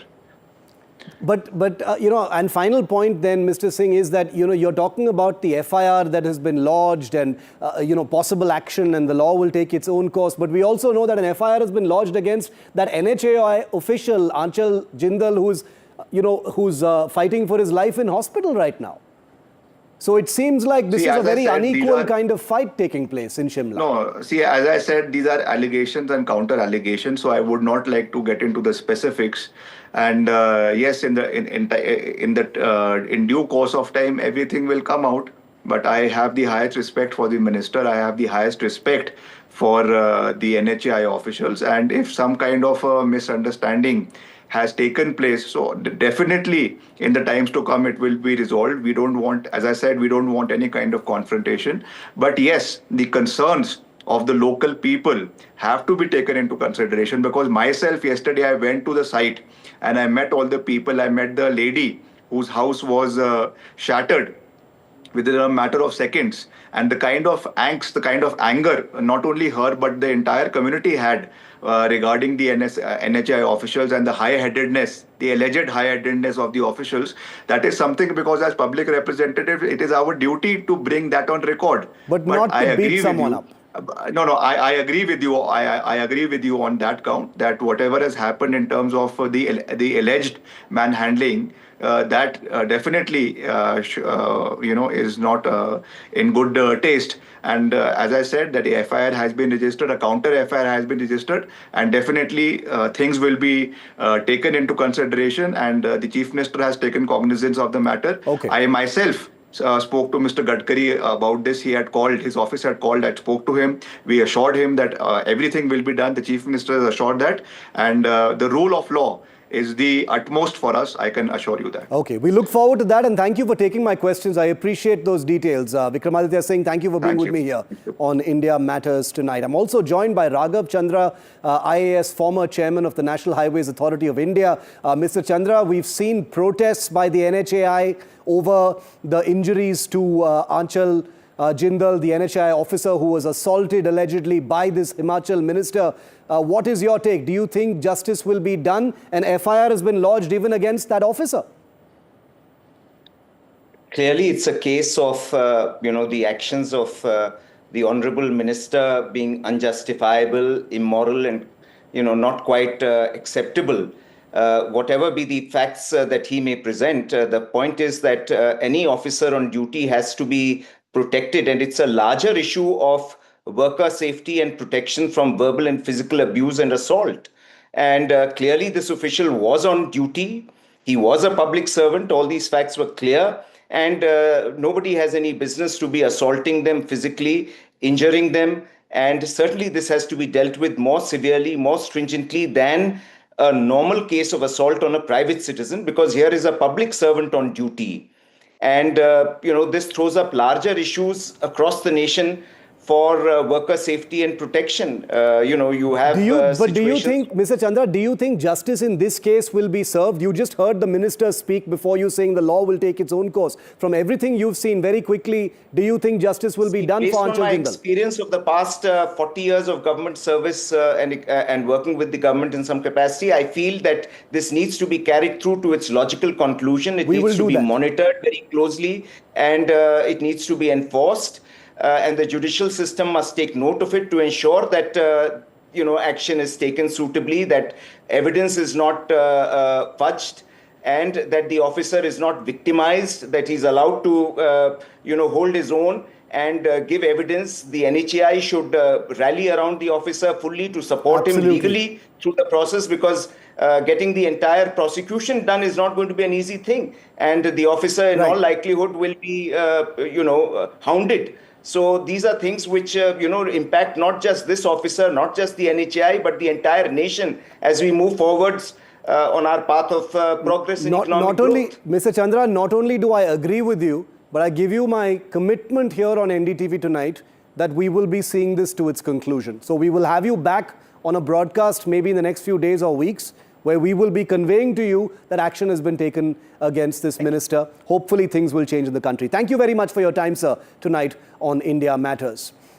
Okay, we've just received word that Prime Minister Modi, on his 5-nation tour, his longest tour in the last 10 years, has just arrived in the capital city of Ghana in Africa. These are pictures coming in of the Prime Minister arriving in Accra. That's the capital city of Ghana. There's a large Indian diaspora in Ghana. This is a big diplomatic boost. India is going to be setting up biotechnology hubs in some of these countries. And this is a historic visit to this West African nation. It's the first visit for an Indian Prime Minister in 25 years, we're told, to Ghana.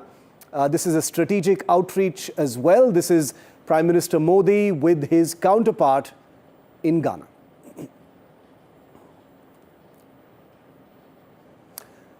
And also remember that 5 days after the death of Shefali Jariwala, the mystery continues. The unanswered questions remain just that, unanswered. 5 days on, and for some reason, the post-mortem report is still not out. Now, this is not completely unusual. Sometimes autopsies and post-mortem reports can take a few days or a few weeks. But in this particular case, it has led to a lot of questions because of the circumstances and the speculation surrounding Shefali Jariwala's death. Remember, she was only 42 years old, and that's why her death and the delay in the post-mortem has led to a plethora of doubts. Suspicion is continuing to grow. That report is pending. Will we ever know what really happened to her is the big question.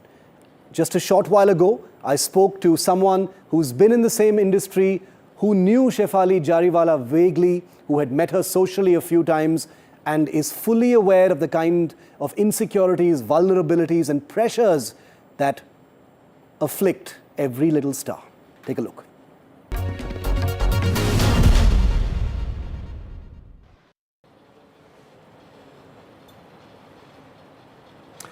It's been a few days since the death of reality TV and actor star Shefali Jariwala, and there are still so many unanswered questions. As the media continues to speculate over what happened to her, the post-mortem findings are still not out. In that vacuum of information are many things that are being said about what may or may not have contributed to 42-year-old Shefali Jariwala's death. Joining me today is someone who sort of knew Shefali, but someone who is definitely in the industry, someone who is under the same lights, someone who has seen the industry from the inside out and knows a thing or two about what those pressures can really look like. It is my privilege, and I'm very happy to have with me Gul Panag. Thank you, Gul, for your time, and I wish as I always do, that these were under better circumstances and we were talking about happier things because you are doing so much with your life and there are so many lovely things to speak about.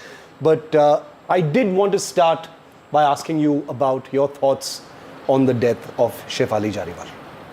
To begin with, it was shocking, Shiv, right? One doesn't expect to read on social media, which is where we consume news now, about the tragic passing of somebody who's just 4 years younger than me. Yeah. So I'm 46 and she's 42. She was 42.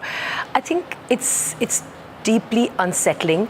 And then you take a step back and you realize this societal pressure, this definition of beauty, this idealization of beauty. So beauty has always been, has been idealized. Yeah.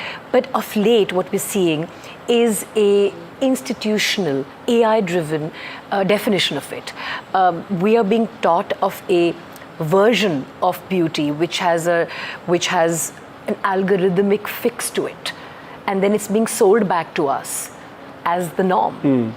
And that's happening in the entire ecosystem, that everything that we consume visually has beauty being packaged to us in a manner that's scientifically, algorithmically defined, and that's being sold to us as normal. Because Shefali Jariwala was very big on social media.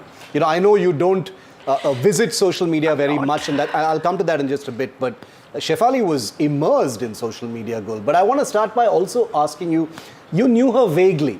There was an overlap in terms of your presence in the industry as well. What can you tell us about her? Did you know her? I think maybe 2 or 3 interactions in a place where she was there and I was there, and a nod of recognition and a hello, hi. Yeah. But I would not be able to at any point say I knew her. Yeah. It's how you know of somebody in the industry and somebody knows of you. And to that extent is what I could say, that I did know her. No, and I have to admit, I did not know she was a huge presence on social media because I don't consume so much of it. Yeah, I mean, there are a couple of things in common which I'd like to explore as well, because we do know you as someone who stands very strongly about, with living naturally, with being fit, exercise and things like that, which I will come to, because there are all these other layers that have also come into play. But Shefali Jariwala's death has left this vacuum of information. Right now, we're grappling with things like glutathione and anti-aging injections and, skin lightening therapies. And, because the person is not there to speak about them or to confirm or deny these things, there is obviously a sense of deep media voyeurism to private details of someone's life. But are these realities of what young stars face in this industry? This huge pressure to look young, stay young, lighten your skin and things like that? Absolutely. I think we're chasing quick fixes. And when I say we, I mean as a society, of which the media industry tends to be a microcosm. Yeah. We're chasing quick fixes over resilience. We're trying to find ways to address deep-rooted anxieties that come from fear of irrelevance, fear of being forgotten, fear of imperfection, and fear of invisibility. Essentially, it's those, and that's what triggers the anti-aging industry to come after us. I mean, the anti-aging industry has weaponized those fears and brought that to you as multiple solutions to be chosen from. I mean, just look at it. Today, there's more regulation in terms of what you can put inside your mouth and consume compared to what you can inject your face with. It's a completely unregulated gray area. There's this gray area where it's the intersection of tech, of aesthetics, of pharma and well-being, which is completely unregulated. You have medical procedures and medical advice and medical grade interventions being practiced by non-medical professionals. These are all huge cause of concern. And why are we doing this? Because at some level, the whole chasing youth, chasing eternal youth has become what it's all about. It's not about aging, because aging is evolution, right? I'm not the same person today as I was 10 years ago, and I'm certainly not the same person as I was 20 years ago. I mean, I was just talking to a colleague at NDTV that I've known her for 20 years. Yeah. Now, for me, that's an incredible evolution. I don't think the 20-year younger Gul would be having this conversation in the manner I'm having this conversation. True, yeah. So there's an evolution. So aging is evolution, and you can either choose to embrace that evolution or or try and fight it by preserving yourself in a time capsule. Yeah. Today, everybody is looking like the same airbrushed version of each other. Yeah. Why is that? It's because of this constant feeding of information which epitomizes eternal youth, which is an oxymoron. Was it ever a dilemma for you anytime in the last 20 years? Because at some point, Gul, obviously you took a conscious decision and were probably, I'm conjecturing here, but I'm picturing Gul Panag facing a fork in the road. Do I go down a path where I chase the preservation of youth using all these methods, or am I just going to embrace what you've just spoken about, which is just evolve it as it comes? I can't really think about that. It just never came as an option to me. Maybe it was there in the ecosystem, but I wasn't looking for it. I just think that I've always chosen resilience over a quick fix. I've always chosen wellness, and actual wellness which gives me long-term results. The only long-term device I have at my disposal is my physical being. Yeah. I'm not going to put anything inside it that's not good for it. I mean, if you have a car, any car that you may have, I hope you drive electric. Yes. But assume that we don't drive electric right now, and we drove gasoline or diesel. Would you put kerosene in it? No, because it's not good for it. Why would you put something in your automobile, in your machine, which is not good for it? I mean, that was my fundamental thing. Not today, not 10 years ago. Always. I mean, I've always, again, this is not probably the right forum, but I've never been attracted to drugs for that reason, not because of probably not being attracted by what it could promise, but because of what it would do to me in the long term. I want the best version of me available to serve me for the next 25, 30, 40 years. Yeah. And that's what I talk about when I say resilience. Yeah. And somehow that never came up for me, Shiv. Perhaps Shefali wasn't or didn't feel, and I have to, make this disclaimer here, obviously, because we are still in the realm of not having enough information about her life. And I constantly need to remind ourselves that, she isn't here to, correct or verify some of the things being said about her. But perhaps someone like a Shefali may not have felt empowered enough to, avoid some of the things that you're saying you were never attracted towards. Is that the reason I'm asking that is that what industrial pressure really is about? I think that's very incisive. We all surround ourselves inadvertently by people who speak like us, talk like us, think like us. So when you're young, and Shefali has been around for over 20 years as well. I remember I did a dance class once for fitness, but not to pursue dancing, where we used to dance to that song. Yeah, Kanta Laga. Kanta Laga, absolutely. I mean, it was a rage. So what I'm trying to say is that we tend to surround ourselves as human beings by people who are like us or think like us. And over time, even if we're not like them, we become like them. So the company you keep is really important. And because, as you rightly said, the ecosystem pushes for eternal youth, the ecosystem pushes for being this assembly line version of yourself which looks like everybody else. I think it's worrying, and it's not just worrying because the industry is doing it. Today you have 20-year-olds, 30-year-olds, 20-year-olds, forget 30-year-olds, 20-year-olds opting for all kinds of things, fillers, Botox, Ozempic, peptide. I mean, the kind of stuff is today's social currency. It's not a wellness alternative. I mean, these are things that are being practiced. Again, medical grade interventions that a lot of people are self-inflicting on themselves. I don't want to say, it is infliction, right? Yeah. They're choosing, people are without realizing, choosing self-erasure over self-preservation. Our most basal instinct in the world is self-preservation. We're being robbed of that instinct of ours in favor of self-erasure. I mean, look at what we're doing to ourselves. Why? Which brings me to my next question, which is that, someone like a Shefali Jariwala, who is well known, she has a big following, like you said, she's been in the industry for a long time. One would have imagined that she wouldn't have perhaps been under the same sorts of pressures as someone who's just gotten into the industry, who's more vulnerable to those pulls and pressures. And there are reports saying that she was self-administering some of these injections and anti-aging treatments as well. What does that tell us? I think it goes back to what you originally said, the pressure of the ecosystem And the ecosystem is not just limited to your own ecosystem of the entertainment industry. Yeah. It's now social media and its followers and it's people who are expecting you to be a version of yourself that probably doesn't exist anymore. I get a lot of comments on the limited time that I do check into social media every now and then.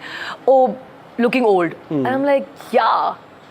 What are you expecting? But I think that has become an anathema to people, which is where our ability to think for ourselves is being robbed. Like I said before, this whole fear of aging is being weaponized by the anti-aging industry. The fear of aging, which actually is, if you look deeper, it's deep-rooted anxiety about will you be relevant? And she suffered from anxiety as well, she says. We so. all do, right? Yeah. To some degree or the other. Yeah. It's normal. I'd hate to sort of flip this back to you on live television, but it's challenging for you to be in the position you are today. Yeah.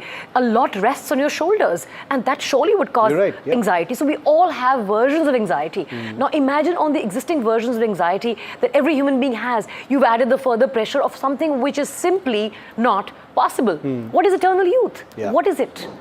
And I think that mirage that's being chased by everyone, including, it's not just women, they're men as well. Yeah. And there's also this, I want to step away for a second. There's also people who are demonstrating thought leadership. I remember a picture of Hrithik's that went viral when someone really complimented him on his physique for a recent film.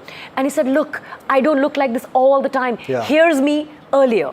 Now, Instagram or social media, or whatever your poison is, it packages a version of yourself that you don't really adhere to yourself. I mean, the greatest athlete of all times, if you were to look at aesthetic bodybuilding or body competitions, Arnold Schwarzenegger, he did not maintain peak form beyond performance season, beyond competing season.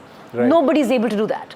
Now, these are unrealistic standards that are AI fueled and being defined as normal. But this is how you're supposed to look at all times. You're never supposed to wake up looking a particular way or not a particular way. And I think it's the whole ecosystem. I don't know what was going on, but also this business of wanting to always take a picture and put it out there for consumption. Why? Always. I mean, there's a certain pressure of relevance, of just making sure that you're not forgotten, which is normal for everybody. Right. But to the extent that everything that you do must constantly be broadcasted. I don't know. I mean, how did you take that decision to get out of that ecosystem, or not constantly be surrounded by people who can have that kind of pressure on you? Does it also come down to having a better support system, which perhaps someone like a Shefali did not? We don't know that for sure, but I'm just wondering. I really can't speak for her, or in fact for anybody else, but I had gotten sucked into a Twitter ecosystem about 7, 8, 9 years ago, where how I felt about my day would depend on the kind of interaction I had, or whether I had the last word. I was all the time on Twitter, all the time. It was a great high to be able to exercise that kind of influence and just say what you wanted to say. And then I sort of realized I transitioned to Instagram, which is a more visual medium, but it took me some time to realize that this is not what I want to be defined by, because it was coming in the way of me being the most authentic version of myself. As stepping into public life, for me, came in the way of being my most authentic version of myself, because having belonged to a party for some time, I realized that I was filtered in terms of what I could say. I was not being the most authentic version of who I was. And I took certain decisions with respect to how I conducted my public life. And that also made me step back from Twitter and now X to a large extent, unless I really have something to say. And then also I make sure I try and say it with a degree of nuance and not just be sensational for the sake of being sensational, which again is a self-feeding mechanism, because you want to say something which is sensational to get virality, but then prepare for what comes with the virality. Do you find yourself largely avoiding social media more and more, or are you still plugged in? I am plugged in to the extent that I want to check in the news as far as X is concerned. I do follow you, of course, and you keep following me and unfollowing me for some reason. I don't know why. I follow you, come on. So, no, I think at one time I was trying to DM you and I couldn't. But anyway, what I was trying to come at was my brother introduced me to this app. late last year, which regulates your time on social media. Right. It's a third-party app, and you can choose which apps you want to lock down, for want of a better word. And I regulate the kind of regulation that should be happening to the kind of stuff that we can inject into our faces, which is not happening. It's like a hard stop. I have that very highly regulated time. Right. So you can decide your time, and I put certain apps off for certain durations, and if I want to open them, the workaround is really long and hard. I don't let the app lock itself, because the app really doesn't want you to lock itself. True. I mean, the app taking out front page ads as to why it's safe for 15-year-olds, why it's safe for 12-year-olds. It definitely doesn't want you to regulate your screen time. But it's not screen time, it's what it's feeding you. I would find my anxiety levels going up. I would beauty magazines, just like I would feel after reading a beauty magazine, poor, ugly, and fat. This is what I feel every time I pick up a beauty magazine. And I'm a moderately fit person. If it does that, and I'd like to think I have a fair degree of self-confidence. If it can do that to somebody who's reasonably self-assured and confident, imagine what it can do to those young 13, 14-year-old girls who are becoming extremely insecure 20-year-olds and carrying that anxiety into their 30s and then doing crazy things with 40s. But another thing that I want to say, Shiv, is also, it's not just limited to the entertainment ecosystem. The spillover is happening to the rest of the world that's consuming social media. So anybody who can afford these kind of interventions is taking these shots. I know enough people, in a certain socio-economic group that are spending lakhs on PRP. I don't even know what that stands for. I never bothered to find out. Correct. Feel-good shots, the kind of stuff that they're doing to their skin, to their hair. I don't know these things are not tested. What it's going to do to your body 5, 7, 8, 9, 10 years from now. And it's not just anti-aging in terms of treatment, but it's also quick fix diets. Lose 10 kgs in 2 weeks. Look at the kind of ads that come on Instagram or on social media. I shouldn't name a particular platform. So look at the kind of stuff that comes on social media. Lose 10 kgs. It's not possible. There has to be a framework. But that's never changed, preying on people's vulnerabilities and insecurities. It's algorithmically institutionalized by AI. So it's feeding your worst fears and giving you fixes to think that you can fix those. No, true. It's really scary, and I'm glad you've spoken about these specific things regarding the weaponization of the anti-aging industry and how it sort of fuels people's insecurities on social media. It's important because, like I said, in the absence of real information, verified information as far as Shefali is concerned, what we're really left with is a huge number, Gul, of young people getting into showbiz, having all these questions. Me as a journalist, we tend to be jaded and cynical about these things, saying, what's the big deal? We're all under bright lights.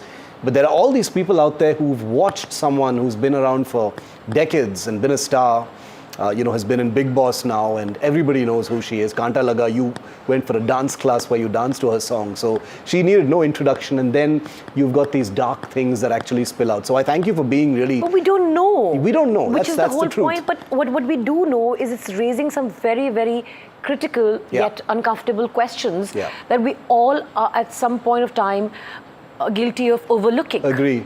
We all fear irrelevance, we all fear imperfection, and we all fear becoming invisible. Yes. And I think that is what's being preyed upon. Yeah. I wanted to end this interview by stepping away from the Shefali story, Gul, because most of us know you to be a person who's not just an actor, but you're also a pilot. You're married to a pilot as well. So again, this is one of the tragedies of our time, the Air India crash that happened recently. And I did want to put this question to you.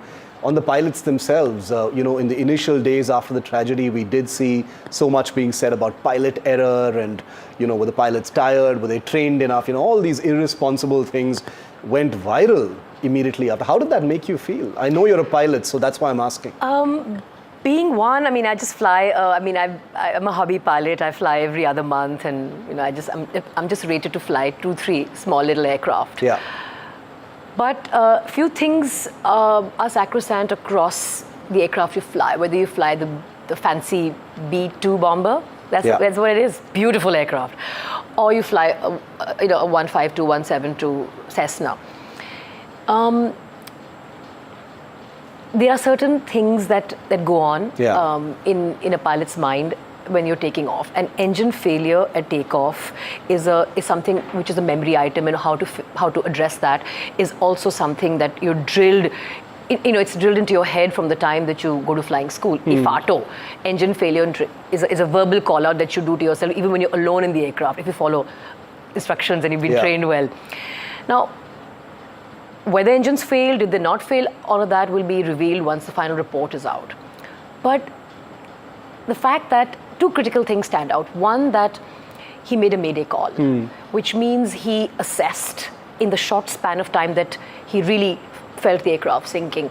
He assessed, he troubleshot whatever he could in that period, because your engine failure, assuming that's what it is, or it could be, or whatever it is takeoff is a critical time. And then he has assessed and realized that the aircraft is not in his control, and he's made that mayday call. So it demonstrates complete and total coherence. So he hadn't sort of given into panic and yielded and say, whatever. Very true, yeah. And so for me, and for all of the people that I am in touch with by virtue of belonging to an aviation ecosystem, is that's a very critical thing. And the sad thing is, till more is revealed, I suspect, and tragically so, and my gut instinct says that it'll eventually come down to, it'll be made to look like, or maybe put down as pilot error. And that's what every pilot fears, because they're not there to defend themselves. Truly sad. And I hope it's not that. I hope but you're wrong. Every single incident that we've had in recent times is unfortunately put down as that. And then maybe in some cases, like with the 737 MAX, other facts revealed themselves later. But the initial report always sort of just puts it on. Okay, many things, but this could have been handled better.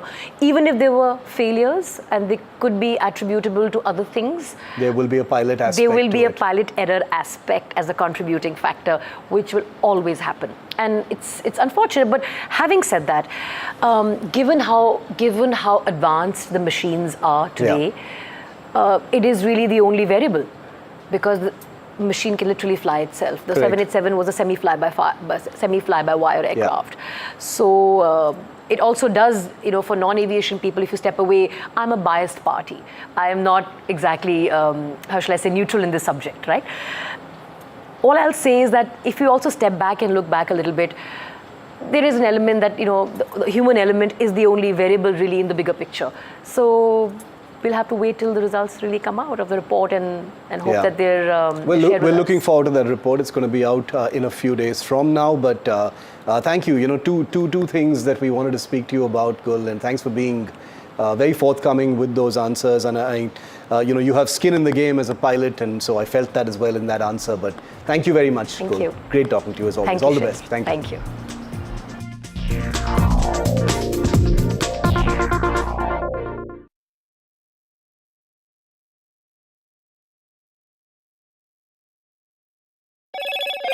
Hello, Moto. Motorola, India's leading AI smartphone brand.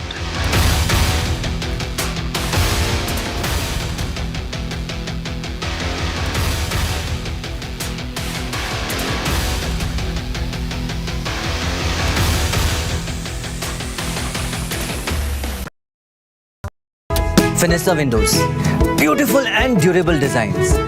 Installation से maintenance की life long customer service. आपके घर में फिनेस्टा नहीं है तो call कीजिए। Find Finer Finesta. If it matters to you, if it matters to you, if it matters to you, it matters to India. It matters to India. And it matters to me. And it matters to me. India Matters with Shivaru. Only on NDTV 24/7. Finessa Windows, beautiful and durable designs. Installation से maintenance की life long customer service. आपके घर में फिनेस्टा नहीं है तो तो call कीजिए। Finer Finesta. The markets move fast. And so should your portfolio. Expert insights, real-time stock picks. Do I buy Ola? Should I hold CDSL for the long term? Buy, sell or hold. The answers you need, straight from the experts. Callers from India and across the world. Connect live, ask, decide and invest wisely. Your portfolio, your future. Ask Profit.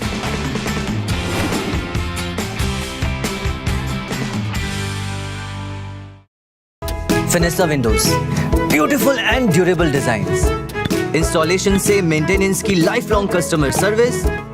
आपके घर में फिनेस्टा नहीं है तो call कीजिए। Finer Finesta. Is your business future ready? Join the 13-week strategic ESG certification program for business sustainability and growth for CXO and business leaders by NDTV, Terry and Zenora. Master global ESG frameworks, gain real-world tools, and lead with impact. Starts July 13th. Enroll now and power your business with sustainability. तू ही तो है जिसकी सच्चाई वाली clarity की वजह से मैं आज यहाँ हूँ। गोल्ड प्लस सिल्वॉक्सी मिरर्स, ऐसी क्लैरिटी कि आपको सिर्फ सच नजर आए, चाहे कितने भी साल बीत जाएं।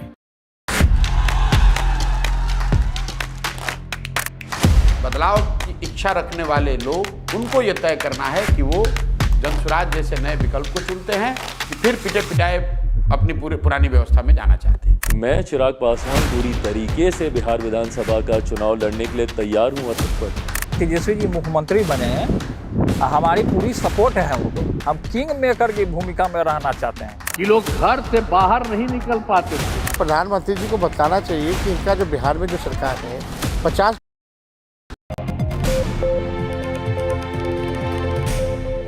Hello everyone, you're watching The Last Word and I'm Maria Shakil. It's going to be a power-packed next 1 hour and that's what we have lots lined up for you. First on the show, the shocking and shameful actions of MNS goons where they beat up a lone shopkeeper just because the man could not speak Marathi. Why are these hooligans still free? Is the question that I ask on the show tonight. Next on the show is the centre's jab to COVID vaccine doubters. The health ministry has rubbished the COVID vaccine and heart attack links. And last, our exclusive with the new Telangana BJP chief Ramchandra Rao. Can he really turn the tide for the BJP in the state? Is that the question that I've asked on the show? Do stay with us to watch that exclusive interview. But first up, we delve into a very, very troubling incident that has sparked outrage across Maharashtra and India. In a shocking display of aggression, Maharashtra Navnirman Sena, that is MNS workers, slapped a shopkeeper for not speaking Marathi. Look at these visuals. This incident took place in Bhayandar area of Thane district. This video has now gone viral on the social media, was of an incident which happened on Tuesday night. It clearly shows that a group of men had visited the shop to buy food. While they were still at the shop, one of them asked the owner which language is spoken in the state after he talked to them in Hindi. The owner replied, all languages. This annoyed these men. He shouted at him and then slapped him several times along with his companions. The owner then filed a complaint and the probe is still on. This incident occurred shortly after the Maharashtra government, remember, withdrew its orders on the implementation of the 3-language policy in the state, which led to the opposition in Maharashtra terming it as Hindi imposition. First up the story and then we ask the questions.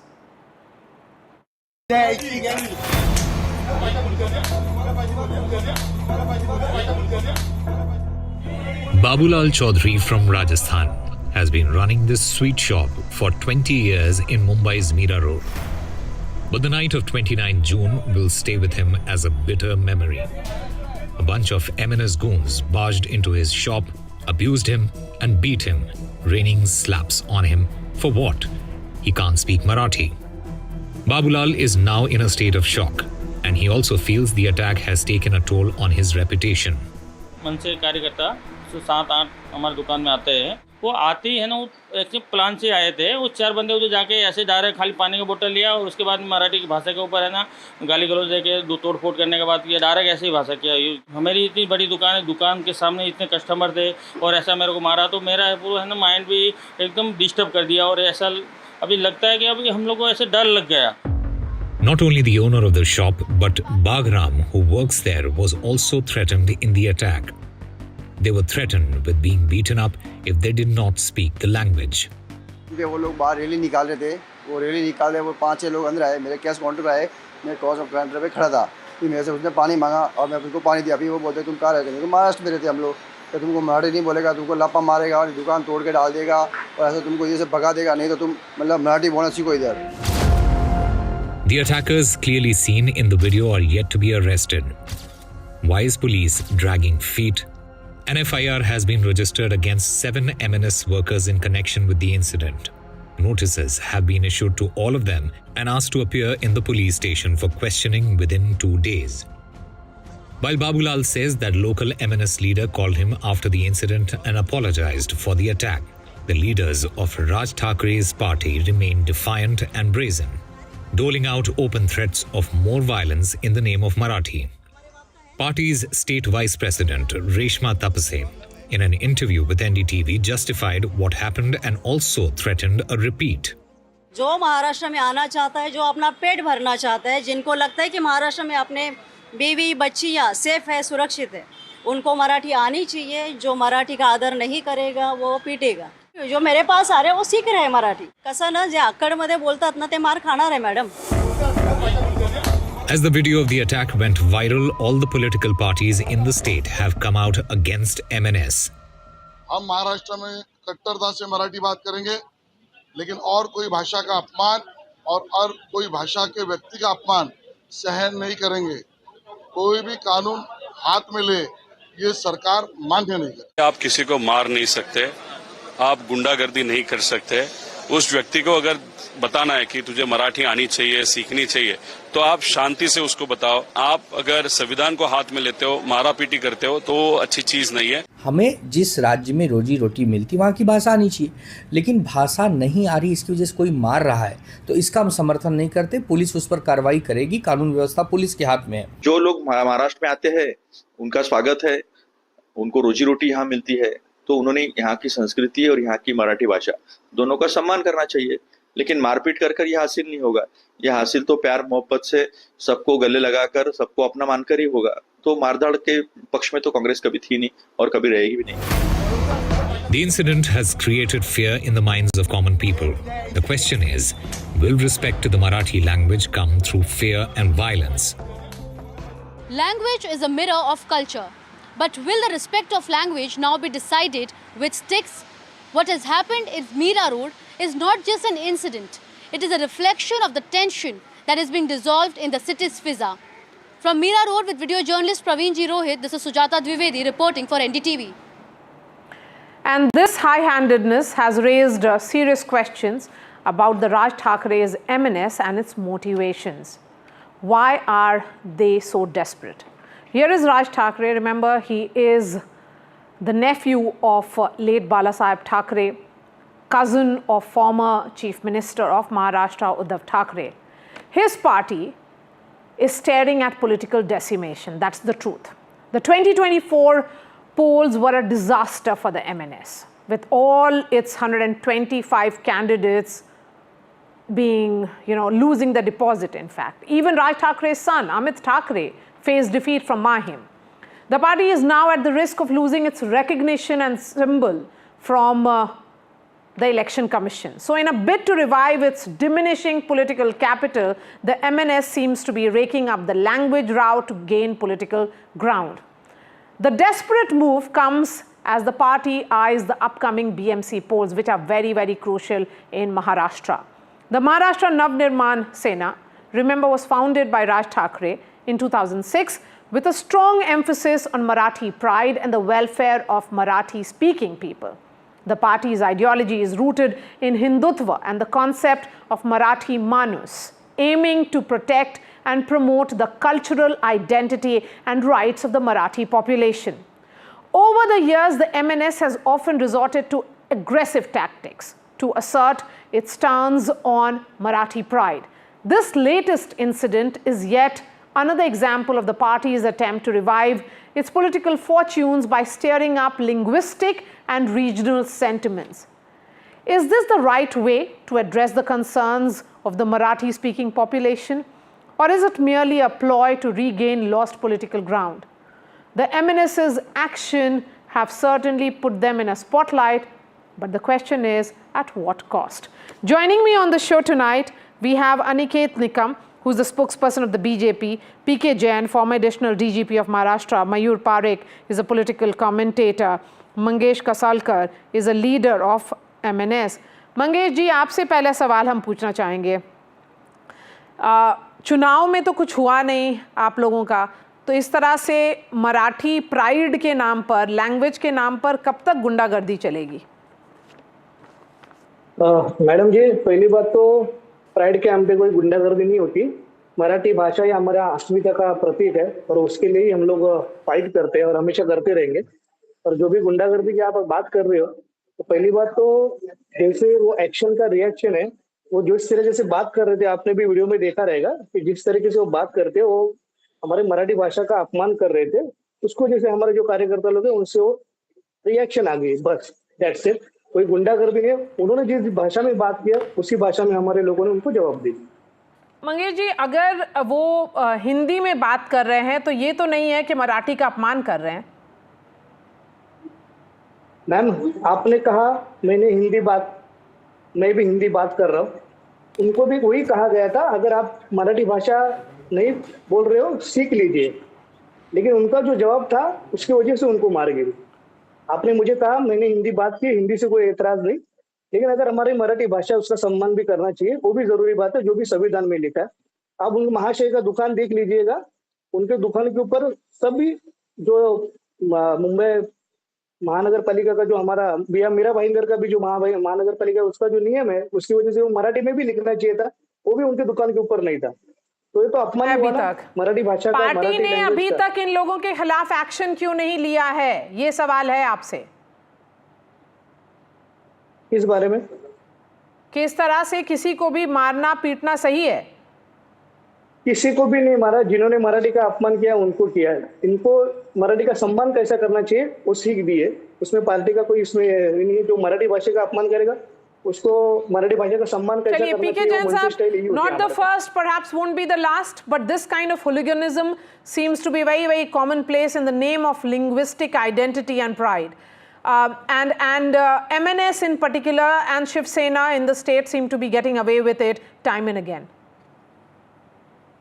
Good evening, Maria. Thank you very much for having me here. Yes, sporadically these incidents have been happening in Maharashtra time and again. And perhaps in the past also no stern action has been taken by the police. That is why some people are getting emboldened to take steps like this, take law in their own hand and beat up hapless people, whether they are shopkeepers. This person, as I see in the video, was only saying, उन्होंने पूछा महाराष्ट्र में कौन सी भाषा बोली जाती है, उसने कहा सभी भाषा बोली जाती हैं, and immediately the slapping started. I think it is time that the police they tighten up their girdle and they take very, very stern action against whoever has done this, committed this offense. Otherwise, I can assure you that in the run-up to the elections, these incidents will be repeated and a whole lot of atmosphere of fear will be created in the society. I think it's high time that the police acts and takes action. The people have been identified, their names are known, who are the people they are known. Anybody supporting or not supporting, the law must take its own course and action must be taken. Yes, so Aniket Nikam, it's your government. Devendra Fadnavis is also the Home Minister. Why no action? Why no arrest so far? I mean, just look at these images. All of them are roaming around brazenly, in open, They have been identified, but no arrest so far. Why no arrest? First of all, let me tell you, in our country, constitution is supreme. Yes. And no person can take law in their hands, whoever that person may be. So under the pretext of asmita, no person or no political party can try and insult another language. Our leaders have been very categorical that we respect Marathi. No language can replace Marathi in Maharashtra, but at the same time, we also respect other Indian languages as well. Now, these goons who have been seen to have manhandled and beaten up this gentleman, of course, an FIR has been lodged against them. Police have issued notices to them to appear before the police station for the purpose of interrogation because there is a procedure that has to be followed. The point remains that under the garb, see, this is a case where MNS has drawn a blank in Vidhan Sabha elections. We have seen they have not won a single seat despite having contested on 125 seats. Now, BMC elections are upcoming. They wanted to create some sort of ruckus to stay relevant. But such kind of strategies will really not work because people will see through this. If you take law in your hands, action will ensue. And now that an FIR has been registered, the police are in the process of taking appropriate legal action against them and sending out a strong signal that if you take law in your hands, you will get what you deserve. Okay, so this is what there will be action, Mangesh ji. यही तो भाजपा बोल रही है कि अगर आप law को follow नहीं करेंगे तो आपके खिलाफ एक्शन होगा. सही बात है, उन्होंने कहा, अनिकेत निकम जी ने बराबर कहा है, संविधान सबके लिए सेम होता है. उनके आगे उनकी कंप्लेंट होना चाहिए. जो शॉप पर्सन है उन्होंने जो भी अपमान किया है मराठी लैंग्वेज है या जो भी लीगल लाइसेंस का उनका मराठी चाहिए, हाथ नहीं उठाना चाहिए. अगर आपका कहना है कि वो निकम जी कैसे होता है ना, अगर उनका आप वीडियो में देखिए जिस एटीट्यूड से वो बात कर रहे हैं निकम जी, आप एक बार आपने आप बोलने के टाइम पे मैंने आपको जरा भी डिस्टर्ब करता हूं. मंगेश जी, आप जो कह रहे हैं वो सच में ऐसा मान के चलता हूं, लेकिन बोलने के टाइम पे मैंने आपको जरा भी डिस्टर्ब नहीं किया था. चलिए बोलिए मंगेश जी, कंप्लीट कीजिए पहले. बोलिए ऐसा है ना कि अगर उनका एटीट्यूड देखिए, जो एटीट्यूड में वो बात कर रहे थे, आप वीडियो में भी देख सकते हो.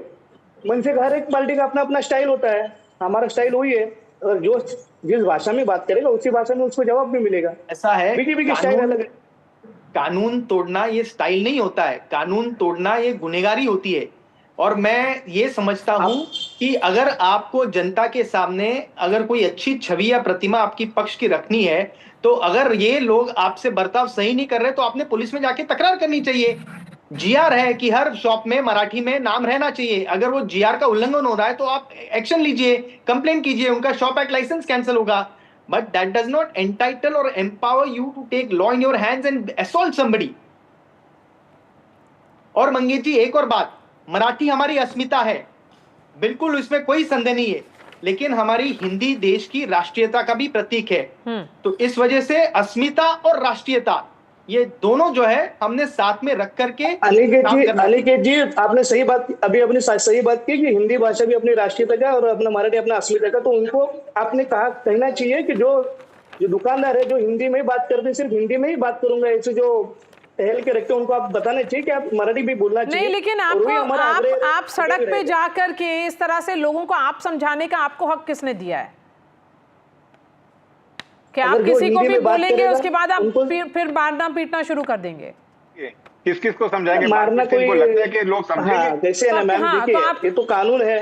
कानून अगर वो लोग खुद से अगर कानून का अगर सम्मान रखेंगे तो ये जरूरत ही नहीं आएगी मारपीट करने की. कानून है, भाषा में बात करना चाहिए, मराठी का भी सम्मान होना चाहिए. नहीं तो हिंदी का आप सम्मान नहीं करेंगे? हिंदी आपके लिए अहम नहीं है? मैं इसलिए तो मैं बोल रहा हूँ ना, हिंदी में मैं भी बात कर रहा हूँ आपसे आपके चैनल पे. तो हिंदी का ही सम्मान कर रहा हूँ ना हम लोग. ठीक है. मयूर Parekh, the 2024 polls saw a rather disastrous performance by the MNS. They had fielded 125 candidates and not a single victory. Raj Thakre's son Amit Thakre also lost from Mahim. And here is the party back at doing what they have been doing so far. Is this an act of desperation, more like an attention grabbing activity? Yeah, I think MNS has got what they wanted. They wanted an issue. Yes. 125 candidate और 0 bill. आप बताते जा रही हो BJP में भी एक time था जब उनके सिर्फ 2 ठीक है, कैंडिडेट पहले थे उनके अब जवाब पूरे सुनिए। राष्ट्र में। Okay, listen to him now. ठीक है, मयूर हमें बता पारेख, रहे हैं, हर पार्टी में मयूर ऊपर up Parekh, and down let's होते हैव हिम रहते on the screen. Yes Yeah, Maria, I really think that MNS has got what they wanted. They wanted an issue.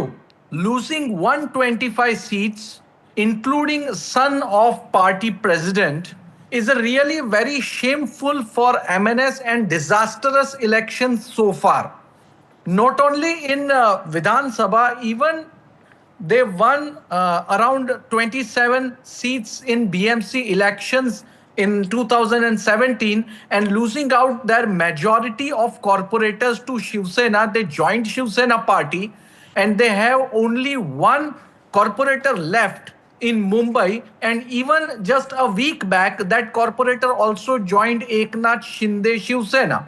So a party without any public representative, if that party wants to come back in power, or at least a party who want to stand up, they have to have an issue and an agenda for their karyakartas. No, but and the question among their is voters. that is this really an issue which can get go beyond just attention to electoral victory or success for MNS?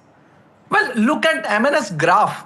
It is coming down considerably, Yes. from 7% to 5%, from 5% to 3%. At least if they are in alliance with UBT Sena and consolidating Marathi Manus votes, they may have some advantage in BMC elections. No, but although there will Mayur be a Parekh, anti-polarization. Uddhav Thackeray's Sena has not come out in support of this kind of hooliganism. Definitely. But if they come for some common minimum program, at least MNS is been able to give an agenda to their karyakarta, an agenda to their voters, or they have been able to give an aggressive Marathi Manus figure to the voters, appealing that yes, we are still there and we can come on the street and fight for you. This works in a local election because local elections are fought on local issues. Look at the other issues. The Ram Mandir is not going to rule in BMC election. That's not an agenda for BMC election. What the BMC election will be fought on? I think the Ram issue. Mandir issue has been settled long ago. So it will not yield any more political dividends for any political party going ahead in any of these elections. But let me bring in Mangesh again. Mangesh ji, BMC का चुनाव आने वाला है, आपको लगता है ये आप लोग के लिए बहुत ही अहम मुद्दा बनेगा? आपको सब लोगों से आप पूछते रहेंगे कि आप हिंदी में बोलिएगा या मराठी में बोलिएगा? मैम, मैंने फिर से आपको वही कहना चाहूंगा कि मराठी हमारे लिए मुद्दा नहीं है। मराठी हमारे अस्मिता का प्रतीक है, तो मराठी कोई मुद्दा नहीं होता है। महाराष्ट्र है, महाराष्ट्र में मुंबई है, मुंबई में मराठी होगी और मराठी में सब जन बात करेंगे। रिक्वेस्ट है हर से, जो भी है हिंदी में भी बात करता है लेकिन मराठी में भी सम्मान कीजिए, ये रिक्वेस्ट है हम लोगों से। और हर टाइम भी यही चीज होती है, ऐसे नहीं, रिक्वेस्ट से भी बहुत सारी चीजें होती है, रिक्वेस्ट करेंगे लोगों से। वही मंगेश जी, रिक्वेस्ट कीजिए, हाथ मत उठाइए। कब तक आया ये? रिक्वेस्ट कीजिए, हाथ मत उठाइए। कैसा है? ऐसा होता है हाथ उठाने पर आप कधी कोणाला जर ती भाषा समजत नसेल तर मराठीमध्ये की वजह से आपके ऊपर एफआईआर दर्ज हो रहे हैं और हम 2025 में हैं। ये जनता है, ये सब जानती है। जनता ये देखती है कि उनके जीवन में आपने क्या बदलाव लाया है। भारतीय जनता पार्टी ने, भारतीय जनता पार्टी के लीडरशिप ने, देवेंद्र जी के विजन ने मुंबई में बहुत प्रगति देखी है। फिर कोस्टल रोड हो या फिर बहुत सारी चीजें हैं, पीछे लेना पड़ा। तो देवेंद्र जी ने जीआर लाया था और उनको पीछे लेना पड़ा है। मराठी मानुष की जो है प्रगति के बारे में बात करते हैं लोग, इस बारे में बात नहीं करते हैं और हाथ उठाने पर तो बिल्कुल आपको लोग साथ नहीं देंगे। और आप समझिए एक बात, अगर आपका कहना है कि वो आपका अनादर कर रहे थे, आपका जवाब सीधे तरीके से नहीं दे रहे थे, तो आपने तुरंत जाके उनके खिलाफ कंप्लेंट करनी चाहिए थी, जो कोई भी मैच्योर्ड सिटीजन इस देश का करेगा। अगर आपके सामने वाले के खिलाफ अगर आपकी शिकायत है तो आप शिकायत लेकर के पुलिस थाने जाइए, आप शॉप एक्ट लाइसेंस कैंसिल कराने के लिए उसके खिलाफ कार्रवाई कीजिए।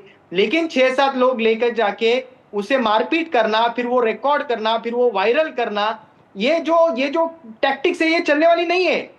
क्योंकि ये इसका लाइफ बहुत छोटा होता है इन सब चीजों का। और हम क्या मैसेज सोसाइटी में दे रहे हैं हम, क्योंकि आप पब्लिक रिप्रेजेंटेटिव हो, आप एक पार्टी के वरिष्ठ अधिकारी हो, पदाधिकारी हो, आप क्या समाज को संदेश देना चाहते हैं? हम लोगों को जाति पर, भाषा पर बांटना नहीं चाहते। मराठी हमारी अस्मिता है, जरूर है, और मराठी के लिए हम जीते हैं। धर्म भूल गए, अनिकेत जी, धर्म शायद भूल गए, लेकिन इसी समय भूल गए। ये हिंदुस्तान जाति, भाषा, धर्म का भी यूज कीजिए जो बीजेपी करती है हमेशा। धर्म के ऊपर बीजेपी जो बांटती है, धर्म का भी आप धर्म भूल गए शायद। कोई भाषा छोटी, निकम जी शायद धर्म भूल गया, धर्म भूल गए। मराठी सुनिए आप, मराठी भाषा को कोई भी बदलाव, मैं आपको करेक्ट कर रहा हूँ, जाति, भाषा और धर्म, जाति, भाषा और धर्म। Maharashtra, Marathi will remain the #1 language in Maharashtra. Having said that, we must also learn to respect other languages. और वही मराठी का कल्चर है। In the run up to these elections, PK Jain, are you sensing more such incidents where political parties will try to assert themselves in this kind of aggression? It is bound to happen, Maria, because the elections have been postponed for a considerably long time. Yes, and it's high stakes. Apparently, BMC elections are extremely important for certain parties' survival and for certain parties to make a presence in Mumbai. So, therefore, the aggression part is bound to be there unless the police start cracking on such people immediately. This giving notices, etc., this is all a sham. I may disagree with the, Aniket here. Because action can be taken for disruption of public peace and order. You have been a decorated, Jain sir, you have been a decorated police officer yourself. Okay, Aniket, let him finish. Aniket, listen to me. Please listen to me. I respect your knowledge of law. I have practiced policing for a long time. There is something called preventive action against certain people. That does not preclude the police from taking action under the old CRPC 151 and 107.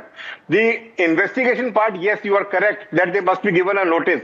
But for disturbance of public peace and order, action can be taken and initiated immediately, which should have been taken. Which should be done. This kind of a Mr. Jain, which should be done.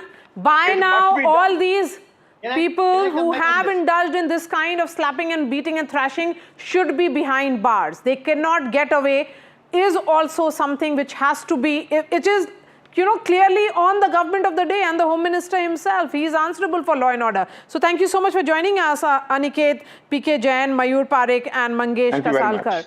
Shifting focus to another story now, a concerning trend has gripped India. There has been alarming rise in heart attack deaths.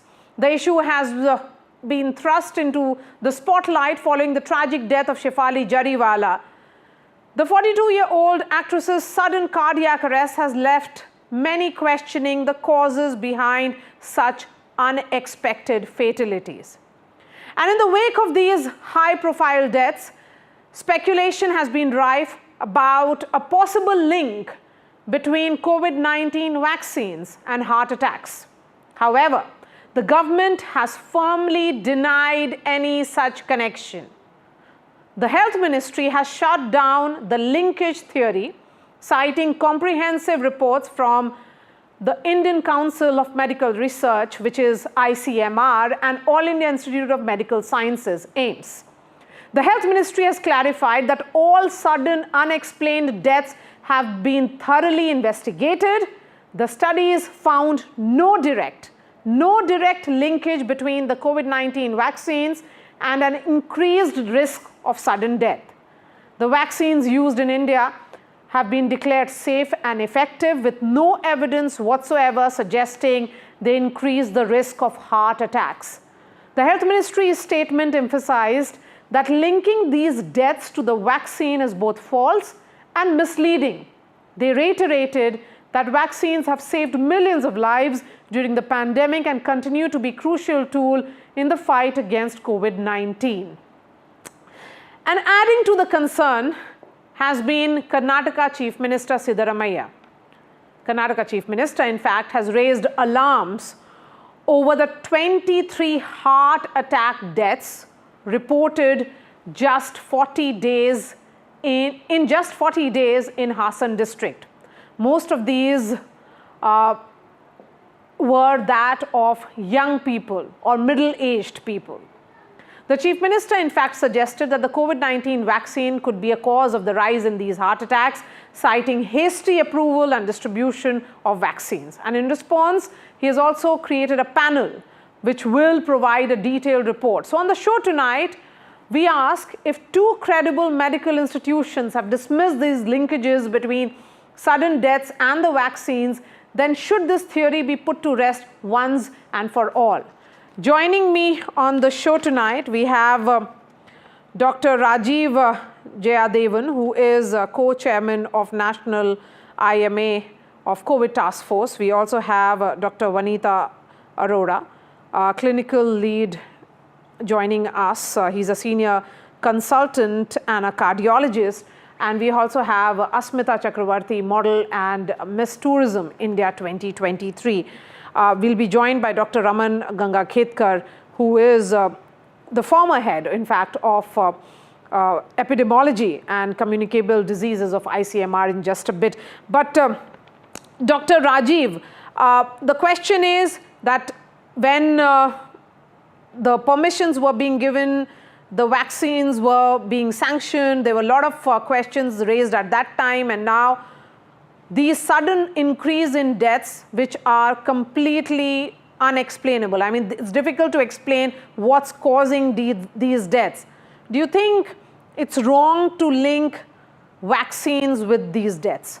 And because these deaths are largely because of cardiac arrest.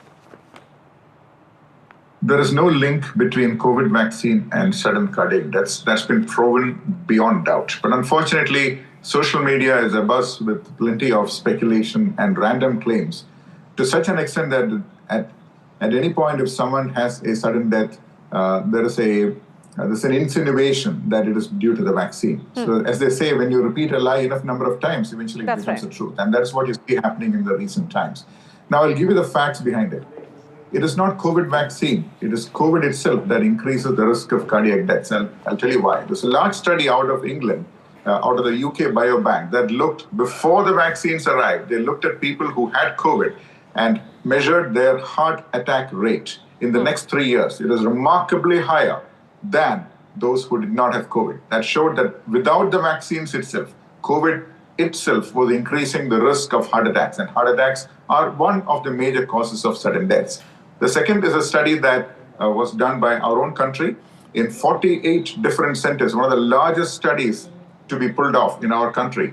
And they looked at people who died suddenly and compared head-to-head, that is equal age, same age, gender, location, with people who did not. And they found something very interesting from an academic standpoint. One, people who took 2 doses of vaccines were far less likely to die from whatever cause. That's number one. In other words, people who took the vaccine were less likely to die, especially 2 doses.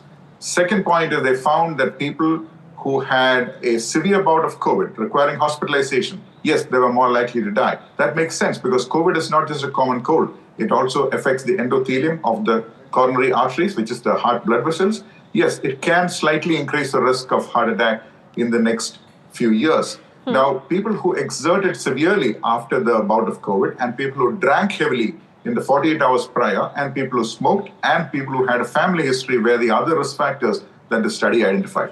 We must trust evidence, not random speculations on social media. Absolutely. I think that's very well explained, and thank you, doctor, because you clearly and categorically dismissed that theory of which is linking the two, the cardiac arrests with the COVID-19 vaccine. So, Dr.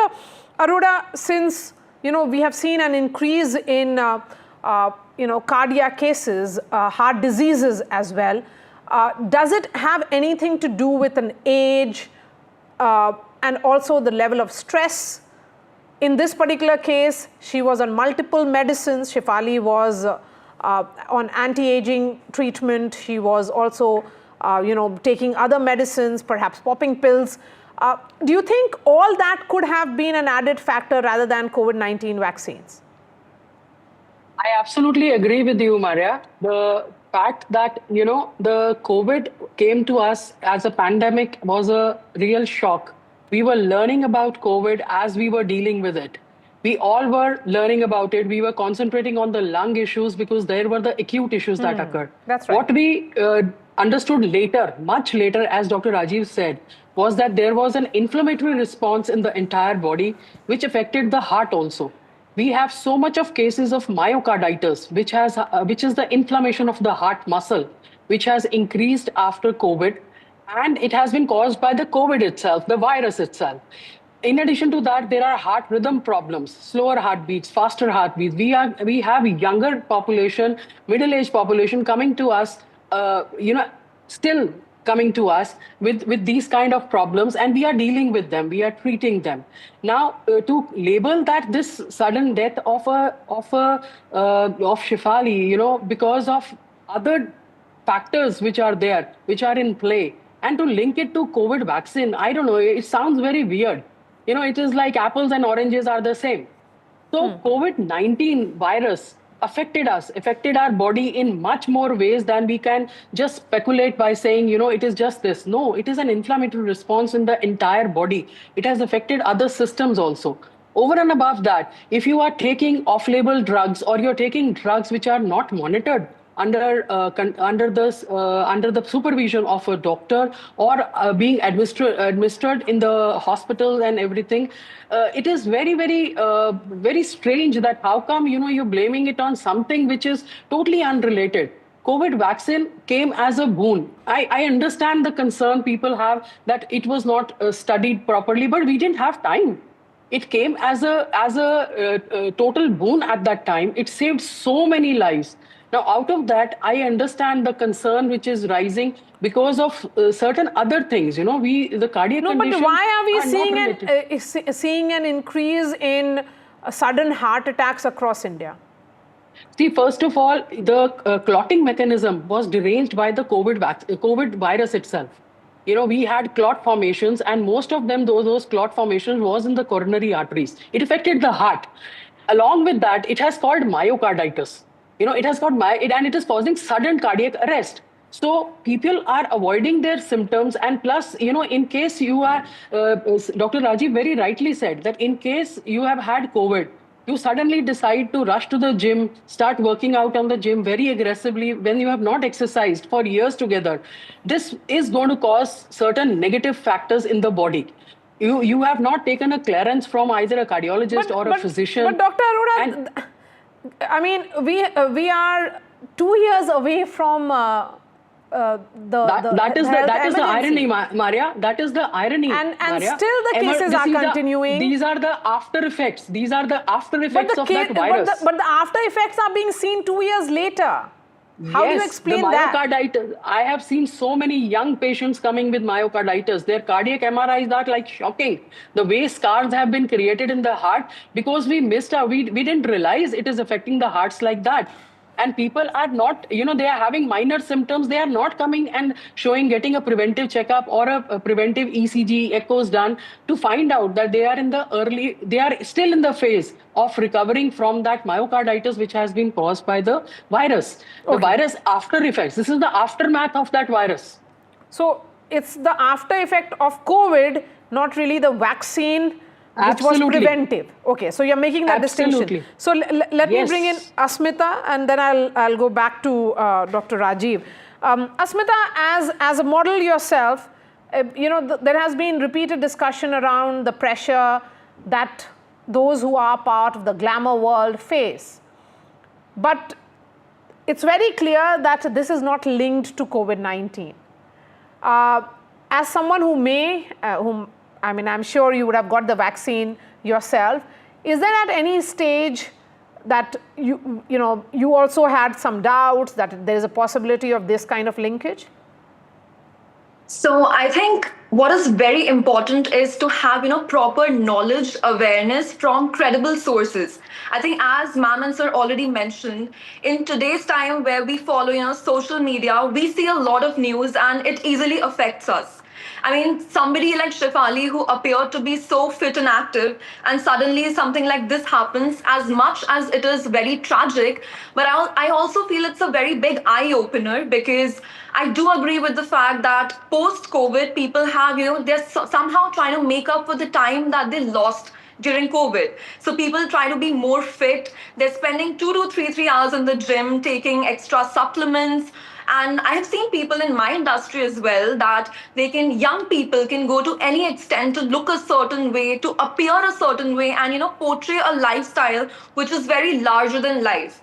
And in order to keep up with this particular pressure, they have like irregular sleep cycles, not taking proper food, they have a very unhealthy routine and diet, and on top of that they're just listening to these posts and everything about a certain pill or maybe a supplement, and they just take it without the proper knowledge and awareness about what it could do to you. And as we know, post-COVID, we all have been vaccinated, and even then our bodies are not the same. So it's very important to have proper health screenings, I feel. Absolutely. So Dr. Rajiv, my question is that why this increase in deaths, particularly of youngsters? I understand that there could be impact on those who have, certain comorbidities, BP, sugar and other concerns, but why people who are seemingly fit? Okay, I'll take you back to the evidence published in 2011. A landmark paper from India showed that the risk of a cardiac event occurring between 35 and 45, the same segment that we're discussing now, is 1 in 1,700 every year. Now, in India, we have a large number of young people. In fact, half our population is below the age of 28, and which means that our average age of having a heart attack is 52. I repeat that. Half our population is below the age of 28. So which means our population pyramid is very different from Western nations, and therefore the total number, not the proportion, the total number of heart attacks and deaths is considerable. And what is increased now is the reporting and the discussion rather than the true incidents.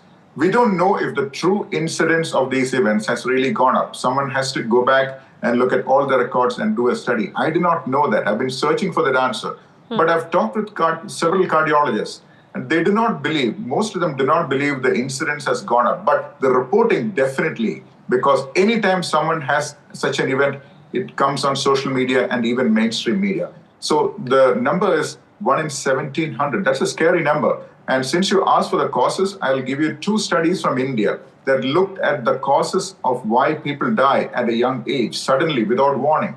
If they're very young, it need not be a heart event. It could be a stroke, like a bleeding in the brain, or it could be an acute onset of malaria or some sort of pneumonia or infection. It could also be what is called a rhythm abnormality or an electrical problem in the heart, which can come either from a nerve problem or from a muscular problem, which Dr. Arora mentioned. Yes, these are the common causes in the younger age group, but as we look at older people, let's say in the 40 to 45 segment, yes, we see more of heart attacks. And that's really what the current study that's done by All India Institute has also looked at. They said there is no change in the pattern. They're finding more heart attacks in that age segment. But if you look at the very young people, yes, many people are walking around with cardiomyopathies and rhythm abnormalities of the heart with no symptoms. Sometimes they die. It's tragic. But when they hit the news, it becomes all the fingers point towards in only one direction, that's COVID vaccine. That is ridiculous, in fact, to put it very mildly, because these have been well delineated by excellent studies from our own country. Okay. And I think, as I said, we should look at evidence. All right. We certainly have to. Dr. Rajiv, really appreciate your time. Thank you for explaining it so well. Dr. Vanita Arora and Asmita Chakravarti, thank you. We are now being joined by Dr. Raman Gangakhetkar, somebody we interviewed extensively during the COVID-19 period. He is the former head of epidemiology and communicable diseases at ICMR. Dr. Gangakhetkar, there are a lot of questions which are being raised because of the sudden cardiac arrest or collapse of young individuals. Multiple cases being reported in recent times. Is it linked to COVID vaccine? Did it have, possibility of some kind of a side effect? But the question is 2 years later, could these vaccines be the contributing factor aggravating the situation when it is about heart attacks? No, I don't think we have any evidence to suggest that such a linkage could possibly even exist. We have to remember that myocardial infarction and diabetes have a high incidence now in younger population. Now, if you say that all this was occurring because of whatever vaccine against COVID that we had received, we still don't have evidence because ICMR did an excellent study where they found out that there is no correlation. And now AIMS comes up with another data set. So to me, these are things that are happening. They are coincidental findings. And if you ask me the other way, I would simply say that there perhaps are very few lucky individuals who have not had COVID, who have not received even COVID vaccine. If it was that receipt of COVID vaccine, which COVID vaccine coverage was extremely high, in those circumstances, the risk of death, if it was influencing that, we would have seen so many deaths, especially even in the elderly population who has atherosclerosis, who has diabetes, who have hypertension.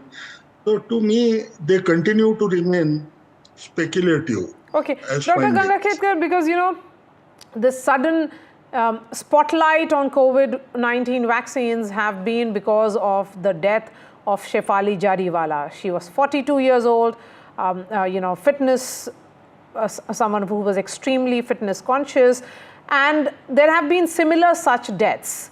Then how do you explain these deaths? Yeah, I could simply say one thing. We notice what we want to.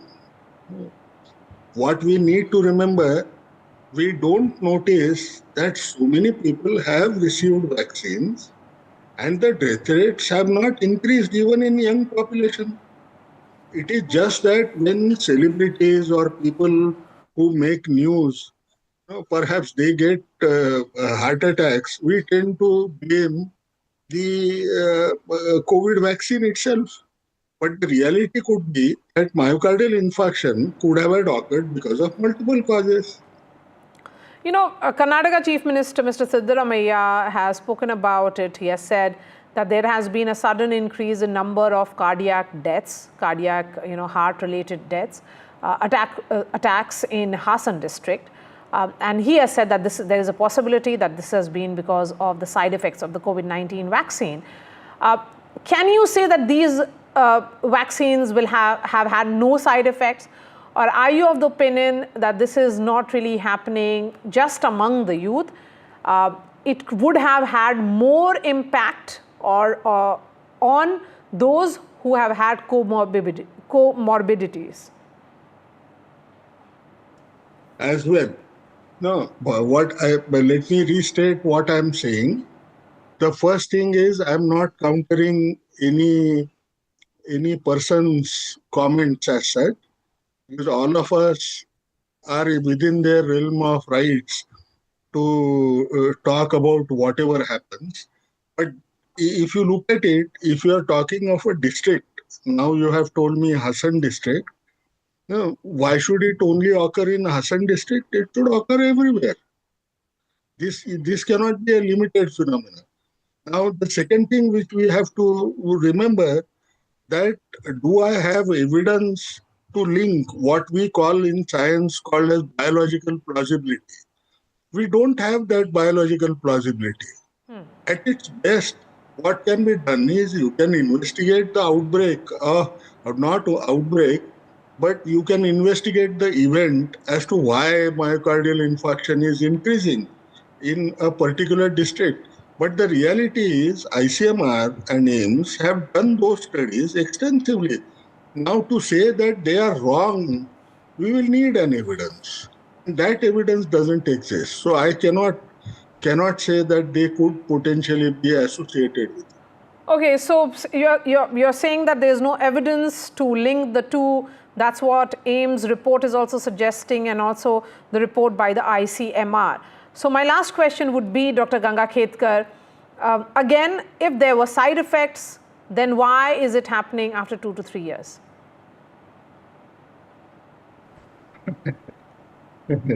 Ideally not. Even if you were to associate that kind of vaccine related stuff that you might see, perhaps not. And at the same time, let us recognize one thing. We are not seeing the same elsewhere in the world. Maybe we have not done a good job. People could allege that the studies were faulty. But where are we seeing the same evidences being different in the rest of the world also? So to me, if you ask me even to speculate, I would say who would be the first to die if vaccine was to be associated with deaths. Perhaps it would be elderly population, where we have almost had vaccinations which covered almost everybody, and elderly population has every risk factor that is perhaps available. It could be diabetes, it could be hypertension, it could be everything. So to me, unless we have some evidence to suggest that we need to probe again and look at it in a different way, to me that I cannot, honestly I cannot say without evidence. All right, Dr. Raman Gangakhetkar, really appreciate your time. Thank you so much. On that note, we are slipping into a short break. Coming up would be an important newsmaker, N. Ramchandra Rao. He is the new Telangana BJP chief. What does he have to say about this rebellion which has happened within the party? Remember, there was a resignation which happened within minutes of his election. Lots more lined up. Stay with us.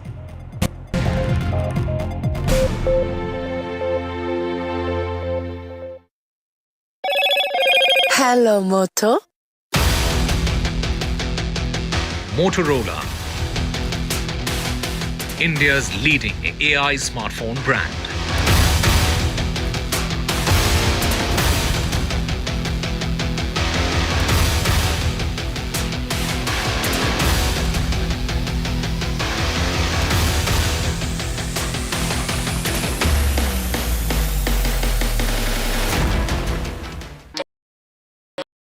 Finessa Windows, beautiful and durable designs, installation से maintenance की life long customer service. आपके घर में फिनेस्टा नहीं है तो call कीजिए। Find Finer Finesta.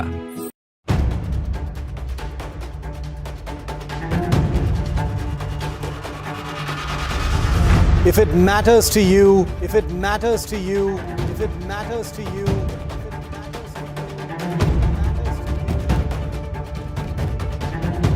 It matters to India. It matters to India. It matters to India. And it matters to me. And it matters to me.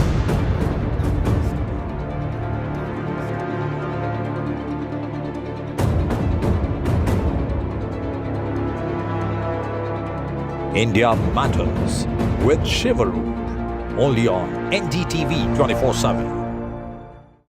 I've been reporting on all issues big and small from Andhra Pradesh, Telangana, rest of South India, bringing you all the action, all that you need to know, all that you want to know. The energy of Maximum City is infectious. I'm bringing that energy in our news coverage from financial capital Mumbai. Covering from the southernmost part of India over the last 23 years, I bring in-depth and 360-degree coverage from the Dravidian heartland. The land of Mishti, also known for its bitter politics. I have seen much water flow under the Howrah Bridge, covering Bengal in all its vivid colors. India's IT capital is always bustling.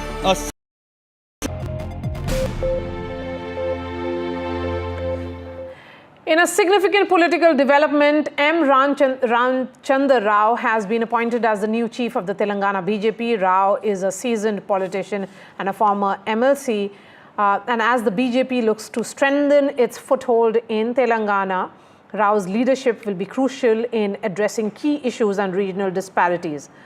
Within minutes of his election, controversial Telangana leader T. Raja Singh, who had often made headlines for hate speech and communally charged remarks, resigned from the BJP.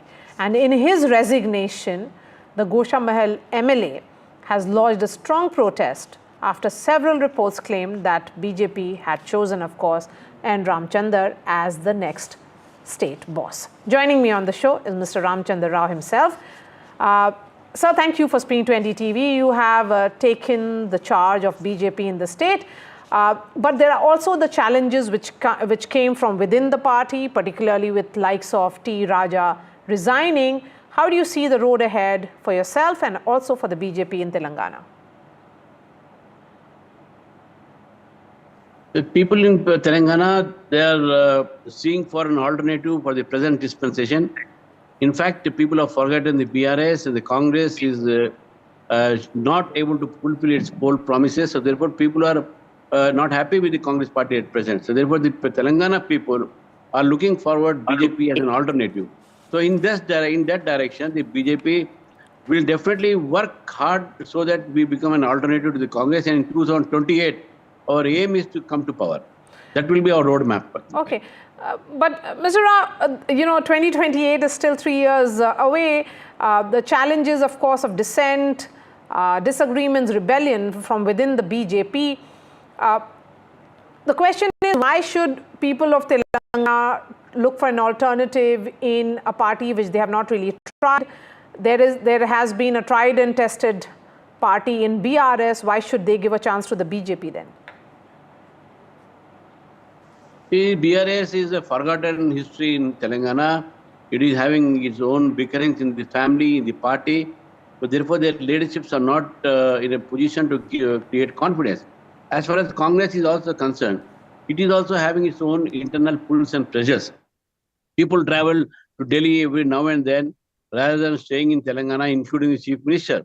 But my question is that my answer to your question is that there is no bickerings or there is no gap between the BJP leaders in the state.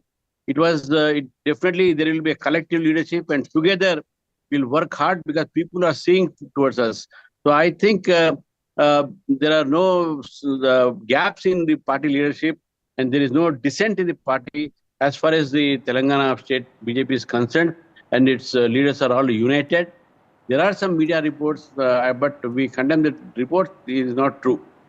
The BJP certainly doubled its tally from 4 seats in 2019 to 8 seats in the Lok Sabha elections of 2024. But as far as party's performance in assembly elections were concerned, it remained poor. The party has only 8 MLAs. What challenges do you see for the BJP going ahead in the state?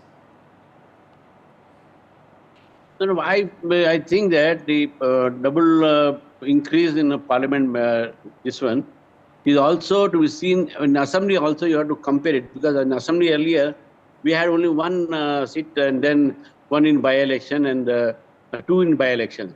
So, but then we have 8 members now, from 3 to 8. That is also an increase, and our percentage was nearly around 20%, and we came second and lost narrowly in many seats when compared to even 2014.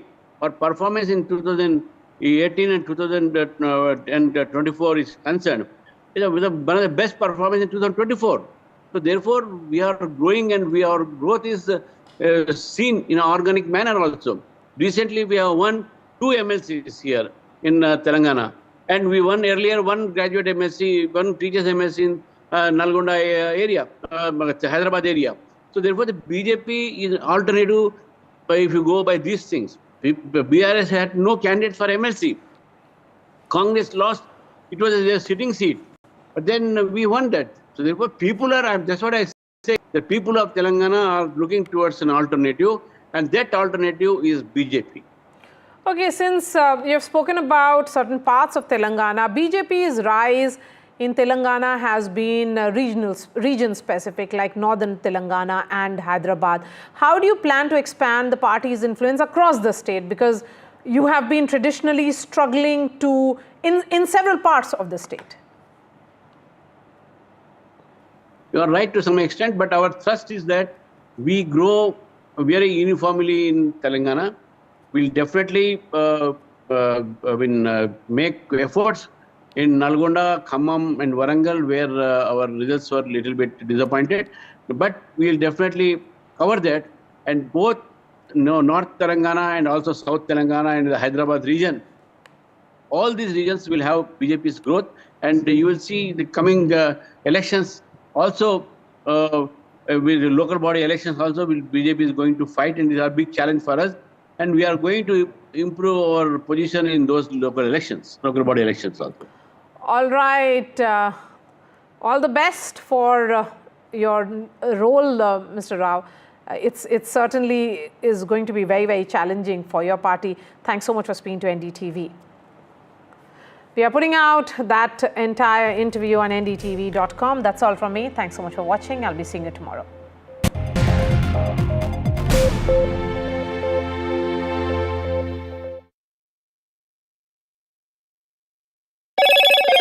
Hello, Moto. Motorola, India's leading AI smartphone brand.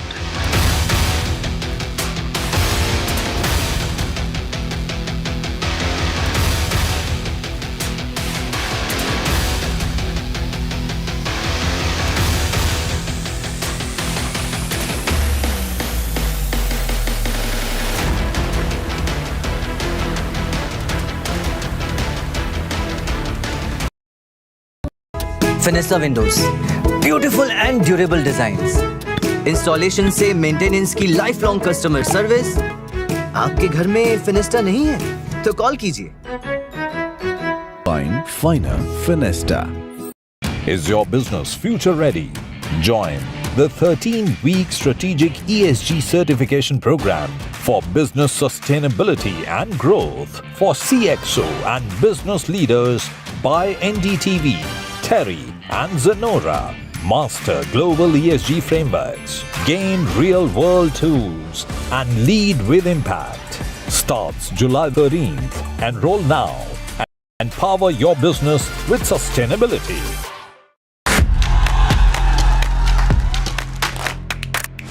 बदलाव की इच्छा रखने वाले लोग, उनको ये तय करना है कि वो जनसुराज जैसे नए विकल्प को चुनते हैं कि फिर पिटे पिटाए अपनी पूरी पुरानी व्यवस्था में जाना चाहते हैं। मैं चिराग पासवान पूरी तरीके से बिहार विधानसभा का चुनाव लड़ने के लिए तैयार हूँ और तत्पर। तेजस्वी जी मुख्यमंत्री बने हैं, हमारी पूरी सपोर्ट है उनको। हम किंग मेकर की भूमिका में रहना चाहते हैं। कि लोग घर से बाहर नहीं निकल पाते थे। प्रधानमंत्री जी को बताना चाहिए कि इनका जो बिहार में जो सरकार है 50% जो नीतीश जी की मंत्रिमंडल में जो लोग बैठे वो परिवारवादी लोग हैं। वो अपने आप को भी परिवारवादी बोले।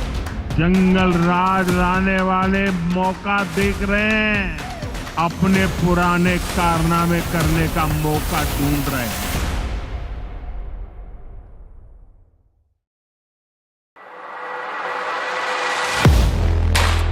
Do you really know the company you invest in? What is the real picture behind presentations and claims?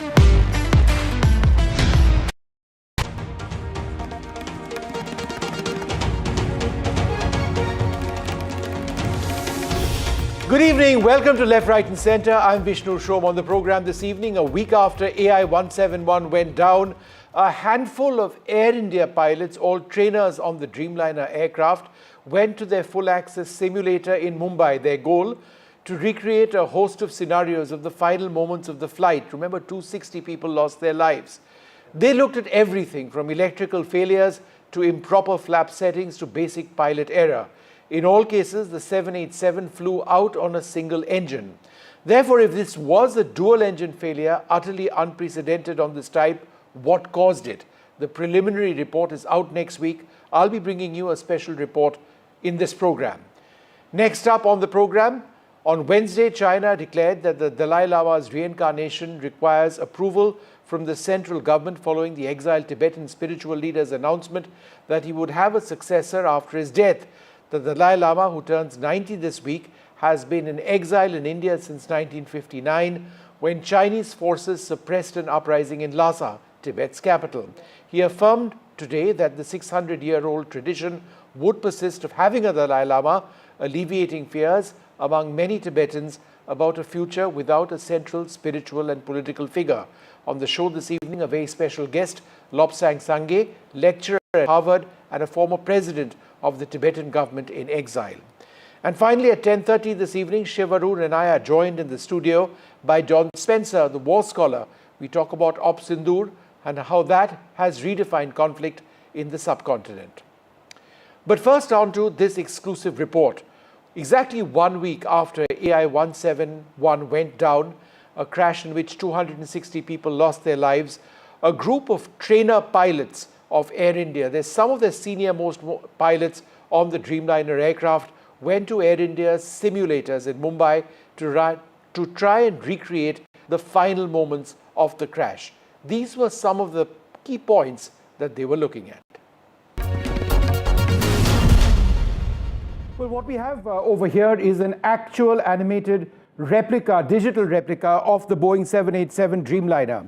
One of the scenarios which the pilots in the Air India full access simulator were looking at was electrical failures. They were looking to see whether there were any electrical failures which could have impacted the engines over here, which could have resulted in the engines cutting out in that critical phase of flight. Now, whichever scenario they looked at, they found out that in fact they couldn't. They couldn't get a scenario where, as a result of an electrical failure, the engine switched off and the aircraft was unable to gain altitude. So that first point over there, multiple electrical failures, they were simulated, but they were rejected. The pilots felt that that alone wasn't the factor. The next one were fuel switches accidentally turned off. So let's bring you an image of the cockpit of a Boeing 787 Dreamliner that you see, and what we have marked over there, flashing in red, are the fuel cutoff switches. And the point that they realized is that in a critical situation like that, the likelihood of fuel cutoff switches actually being activated is extremely unlikely. They'll be looking out for that. Remember, digital flight data recorder information has also been recorded. They say that just switching off the fuel switches doesn't make any sense. Why would anyone actually do that? The third point, the entire single engine failure situation was simulated. Remember, the engines on the Dreamliner, the engines that you see right over here, they produce a thrust of 70,000 pounds, 70,000 pounds of thrust per engine, right? This is designed to fly through extremely difficult situations using just one of the two engines, as one on either side. Therefore, they were looking at various scenarios to see what they could simulate to see if the aircraft would take off on a single engine. So the scenario which they looked at was the undercarriage was retracted and an improper flap setting was simulated. Let me just explain that. What you see over here is the undercarriage of the aircraft. Right over here, the undercarriage of the aircraft. When an aircraft takes off, moments after that, the pilots retract the undercarriage. Why do they do that? Because the undercarriage is bulky, it is not aerodynamic. They want the fuselage of the aircraft to be sleek so that it climbs away faster. In this particular case, we know that that didn't happen. So what the pilots did is they replicated that. They ensured that the undercarriage stayed down. They then went and to the wing of the aircraft over here, and on the structure of the wings, there are the flaps. Now the flaps are just behind. Those flaps have to be in a particular position, right, to ensure that the aircraft has enough lift at the point of takeoff. Now, even with the undercarriage deployed, even with the flaps in an incorrect position, they were able to simulate a successful takeoff on that particular day, just on the basis of a single engine, given the power of the engine itself. So that's the key point. The next one, as you've got on your screen, the Dreamliner did take off safely despite multiple failures. Therefore, the question is this: was there a dual engine failure? Could it be possible that each of these engines in that critical phase of a flight failed? Now, that is just a statistical probability. People say that that is not likely. But the key question is this, and this is our final point. A dual engine failure, hypothetical, plus no altitude, which we know to be the case. This aircraft was only about 350 feet off the surface of the runway, right? In other words, no altitude. That means the chances of survival were very remote indeed. Pilots do not train for that scenario. It's called a negative scenario. Chances of survival in that scenario are extremely low. Therefore, the question is, was there a mechanical error? Was there a software glitch? Was there a pilot error that they couldn't find out in the simulator? Or was it a combination of all? Next week is when the preliminary report emerges. All right, so Captain M.R. Wadia, founder president of the Federation of Indian Pilots, joins me at this stage. Captain, you know, I mean, at one level I understand that we are getting ahead of ourselves, but do you believe that there may be a real mystery over here going beyond what many people earlier said was obvious, pilot error, that there could be something significant from a mechanical standpoint, a software standpoint, because it seems quite clear that there was a dual engine failure. A Dreamliner can fly away with a single engine. Sure. Everything that you have gone through today, we knew on the day one of the crash that took place. There is no point in speculating that what you are doing today also is speculating. Since we have the DFDR available with us and the CAVR also available with us, the investigating team can go through the DFDR and analyze the data, and they will know exactly what has actually happened. Which engine did it fail? There was a fuel starvation was there, and the details will be available to the investigating team. So there is no point in speculating, because what we are going through today again and again is what we have known on the day one of the crash itself. So there's no point in going Actually, over. Captain, that's not entirely correct. The reason we are doing this is because we now have information that pilots of Air India, including very senior trainer pilots, went to their simulator and tried to recreate several situations leading into the final moments of the crash. They tried to see if the Dreamliner would take off on a single engine with an improper flap configuration with the undercarriage lowered on a single engine. They found that in fact they could do it. They tried to look at multiple scenarios for electrical failures, and if there was a single engine active, they felt that the aircraft would still take off. The question therefore arises on if this was an aircraft which could take off on a single engine, then presumably there was a twin engine failure. What really caused that? So my question, sir, is it possible that there could be software issues which were involved, or mechanical issues which could impact perhaps not just Air India's Dreamliners, but other Dreamliners around the world as well? Again, what you're doing is speculating, and what you have again said, going to the simulator and trying out everything to ensure, to try and ascertain whether the aircraft will take off in one engine. Yes, everyone knows that. We would have known that from the day one. So there is nothing that you have discovered something new today. So this was always a known fact to start with. Let the DFDR be analyzed in detail. Captain, I think for the benefit of our viewers, what you may know is not something they may know. The new piece of information, which was not revealed earlier on, it's reported not just by us but by others, is interesting to people who want to understand the cause of this crash. Therefore, if you've got senior pilots ruling out the possibility of pilot error in some situations, it does beg the question, is there something larger? Now, you can easily say that no, we need to look at pilot error as well. But my question to you remains, is it not important to look at software issues as well, particularly considering that there was an ANA flight several years back, a Dreamliner, where apparently there was a thrust reversal which took place uncommanded, albeit once the plane had touched down after landing?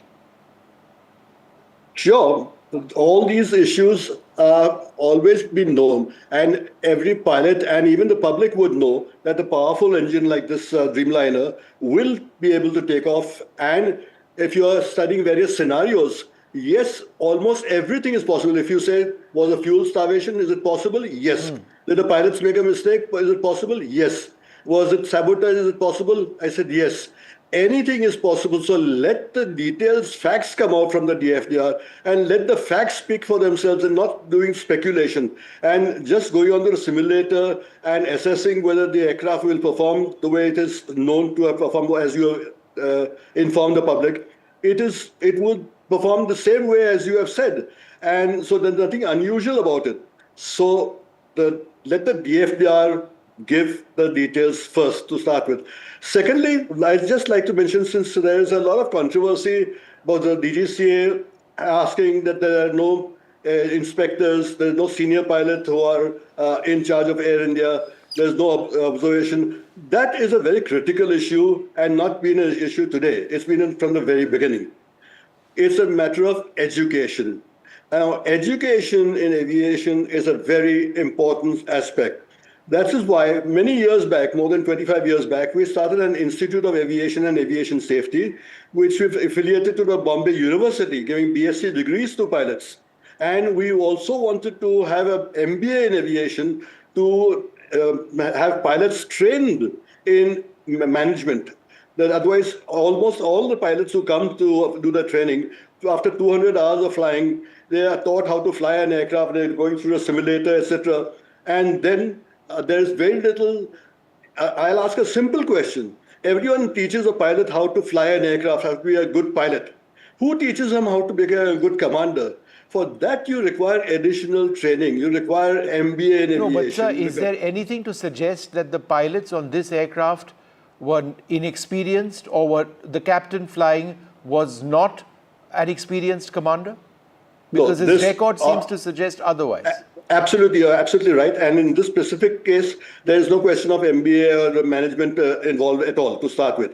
But since there was a lot of speculation recently, as the DGCA pointed out also, that there are no senior pilots who are monitoring the systems, etc., etc. From that perspective, I said it is extremely essential that you go into various aspects of training in the whole aviation scenario, not just for pilots, for engineers, for cabin crew and ground engineers, everyone. This requires, you require to know ICAO annexures. How many people are aware of various ICAO annexures? And what does it say? The Geneva Conventions, what does it say? A commander has a lot of authority and power. Are these things taught to him? Are these things discussed with anyone? And this is what you require a focus on. And we need a lot of focus. In fact, last year with the JRD Tata's function at Captain, respectfully, while you're talking about a broader education for pilots, that's all very welcome. I think the real focus now is, at least on this program and across the country, on AI 171. But I think it is important what you're saying. Let's wait for another week or so. Hopefully by the end of next week, we should get that preliminary report. The big question will remain, will there be enough in a preliminary report to give us an indicator of the cause of the crash? Or will we have to wait for more investigations and possibly the final report, which could be up to 2 to 3 months later? We leave it at that. Thanks, sir, very much for being with us. Appreciate your joining us on this program. Next up, China has declared that the Dalai Lama's reincarnation requires approval from the central government following the exiled Tibetan spiritual leader's announcement that he would have a successor after his death. The Dalai Lama turned 90 this week. He's been in exile in India since 1959, when Chinese forces suppressed an uprising in Lhasa, Tibet's capital. He affirmed that the 600-year-old tradition would persist, alleviating fears among many Tibetans about a future without a central spiritual and political figure. Well, joining us on this program, two very special guests, Lobsang Sangye, lecturer at Harvard Law School and former president of the Tibetan government in exile. I'm also joined by Tenzin Lekshe, official spokesperson of the Central Tibetan Administration. Thank you both very much for being with us. How wonderful it is to have you on NDTV. And for all of us in India, it's such a joyous occasion to know that there will be, at some stage, a new Dalai Lama, though we love the present one deeply. Mr. Sangye, to you first, how important is it for the Tibetan community around the world and in Tibet that the 600-year-old institution of the Dalai Lama continues? It is a big news and a good news, as you said, for Tibetans inside, outside Tibet and Buddhists around the world, that the institution of Dalai Lama will continue. Reincarnation of the 14th Dalai Lama will be born and will be born outside in a free world. And Chinese government, a communist party, an atheist party should not interfere in this matter. and his office, Gandhin Podang Trust, which is also 600 years old, will coordinate the process, and we will have the next Dalai Lama as per the wishes to carry on the mission of the present Dalai Lama. So this is a good news, and there's an absolute clarity that Beijing cannot interfere, and it is the sole decision of the great 14th Dalai Lama of Tibet. Mr. Lekshe, how does this announcement assure a future for the Tibetan community with not just a spiritual focus, which is so central to your lives, but also a political focus, because that is critical in taking or sustaining the movement for a free Tibet? So Vishnu, His Holiness, we've been celebrating His Holiness' birthday as His Holiness is the symbol of love, compassion, right? And we've been celebrating it as the year of compassion. So for His Holiness is the spokesperson of Tibet. His Holiness is the voice of Tibetan people. His Holiness is a symbol of Tibetan people, right? So therefore, the statement which just came this morning, it signifies that with the repeated appeal of Tibetan people, wishes for His Holiness institutions to remain, His Holiness affirmed that the Institute of the Dalai Lama will continue, right? It's a very important statement, and it is also very much concerned with the Tibetan issues also. So therefore, I think it is very important at this time that Chinese government understand that the crux of the matter is the sole authority of the recognition of His Holiness Dalai Lama and rests upon His Holiness. But and His Holiness has entrusted it to the Gandhin Podang, the office of His Holiness Dalai Lama. So therefore, it is very significant. And for us, not just in exile, but also in Tibet, all are in unity and with the statement of His Holiness Dalai Lama. Yes. Mr. Sanket, the worry, however, is that China has countered by saying that Beijing will have the final say. All of us want an independent Dalai Lama picked in an independent environment by Tibetan people like yourselves. Could there be an unfortunate scenario where there are two Dalai Lamas, one appointed by you and one reincarnated by free Tibetans and one named by China? Yes, the Chinese government will try to do so. But, reincarnation means this is an incarnation of the present Dalai Lama to carry on the traditional mission of this Dalai Lama. So fundamentally, it is individual choice where and when to be born. And he has decided he'll be born outside in a free world. Now, Beijing will definitely try to appoint their own Dalai Lama, but there'll be a fake Dalai Lama because they have zero credibility. They destroyed all our monasteries and nunneries, and they destroyed monks and nuns. They continue to curtail religious freedom for Tibetans, and they have, even till today, they criticize Dalai Lama even today, right? So that way, they have zero credibility. Now, Chinese government, if they appoint a pope, how many Catholics will follow? If they appoint an imam, how many Muslims will follow? If they appoint a rabbi or Shankaracharya, how many their followers will follow? Zero. For Tibetans, there is a clarity. Whatever the Dalai Lama decides, his instruction, his office will coordinate, and we will follow. So Chinese government will play political theatrics, by appointing their own Dalai Lama, and they will try to parade him, but it will be a fake Dalai Lama with zero credibility. And as far as Tibetans inside and outside are concerned, and the Buddhists around the world, including Mongolians and the whole of the Himalayan region, will welcome and celebrate the one chosen as per the direction of this Dalai Lama. Mr. Lekshe, the Dalai Lama has become for decades the global face of your push, Tibet's push, to assert a cultural identity. He's also an extraordinarily powerful symbol of non-violence. I think in as much as we talk about what the future holds and one hopes that it's peaceful, I also think on his 90th birthday, it's important to talk about this Dalai Lama, the fact that he's a wonderful human being. He's got an incredible sense of humor. He's fun-loving, he's inclusive, he loves people around him, and he loves India. For us, that's so important. Could you tell us a little bit about the Dalai Lama and how he has been on his 90th birthday? So, Vishnu, you are absolutely right. Because when we talk about the next Dalai Lama, let us rejoice the presence of the 14th Dalai Lama, the great 14th Dalai Lama. His wisdom, his love, compassion, the radiance is omnipresent, right? So therefore, for not just for the Tibetan people, because one time when His Holiness came into exile, all the people of the world says that Dalai Lama is of Tibet. Now, over the last 60, 70 years, His Holiness belongs to the world.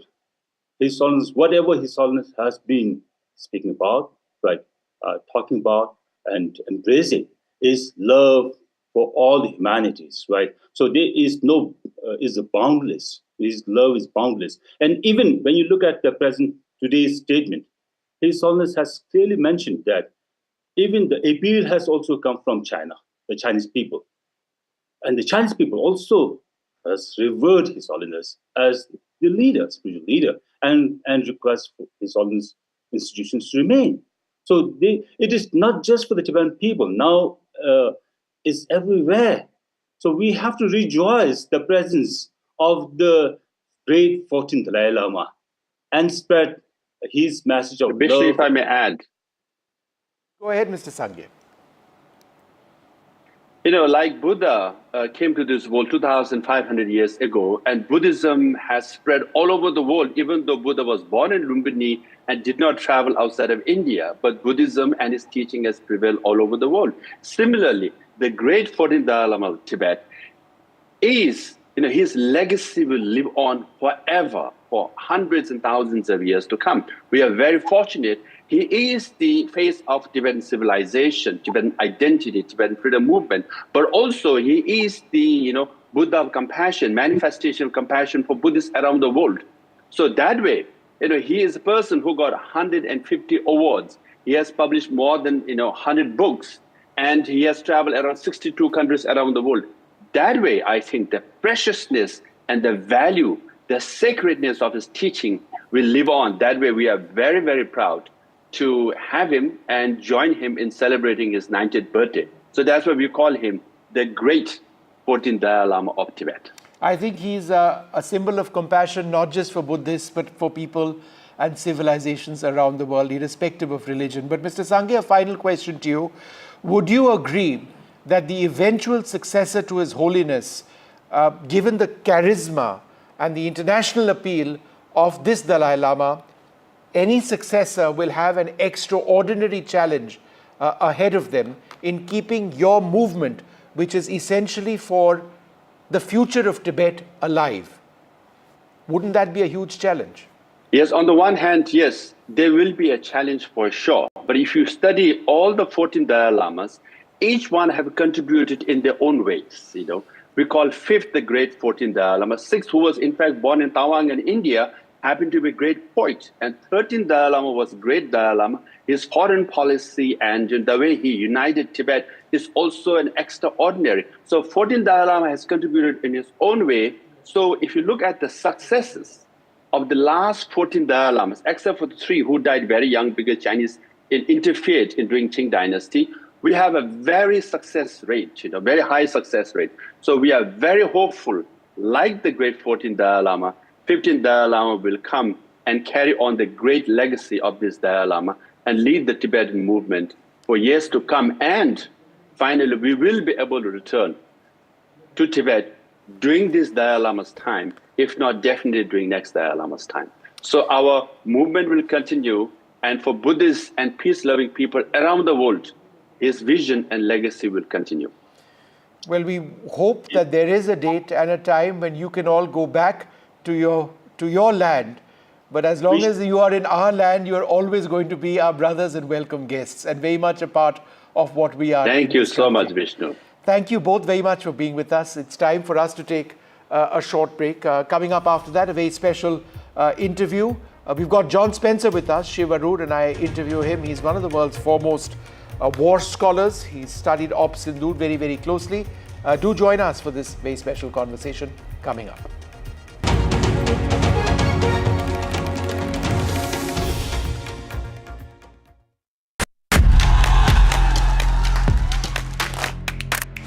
बदलाव की इच्छा रखने वाले लोग, उनको ये तय करना है कि वो जनसुराज जैसे नए विकल्प को चुनते हैं कि फिर पिटे पिटाए अपनी पुरानी व्यवस्था में जाना चाहते हैं। मैं चिराग पासवान पूरी तरीके से बिहार विधानसभा का चुनाव लड़ने के लिए तैयार हूँ और तत्पर। तेजस्वी जी मुख्यमंत्री बने हैं, हमारी पूरी सपोर्ट है उनको। हम किंग मेकर की भूमिका में रहना चाहते हैं। ये लोग घर से बाहर नहीं निकल पाते थे। प्रधानमंत्री जी को बताना चाहिए कि इनका जो बिहार में जो सरकार है 50% जो नीतीश जी की मंत्रिमंडल में जो लोग बैठे हैं वो परिवारवादी लोग हैं। वो अपने आप को भी परिवारवादी बोले। जंगल राज लाने वाले मौका देख रहे हैं, अपने पुराने कारनामे करने का मौका ढूंढ रहे हैं।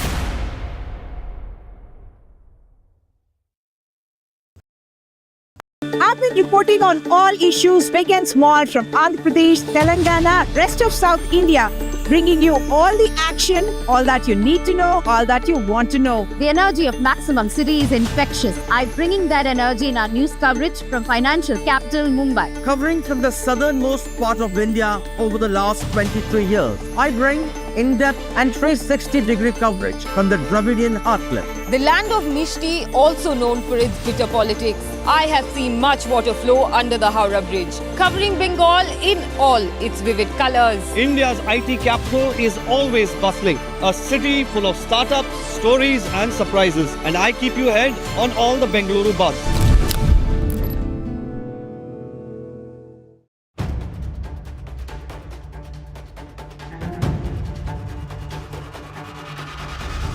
If it matters to you, if it matters to you, if it matters to you, if it matters to you, it matters to India, it matters to India, it matters to India, it matters to India, and it matters to me, and it matters to me.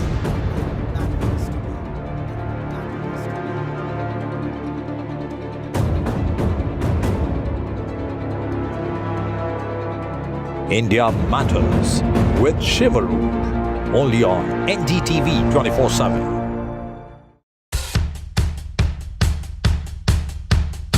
The markets move fast. And so should your portfolio. Expert insights, real-time stock picks. Do I buy Ola? Should I hold CDSL for the long term? Buy, sell or hold. The answers you need, straight from the experts. Callers from India and across the world. Connect live, ask, decide and invest wisely. Your portfolio, your future. Ask Profit.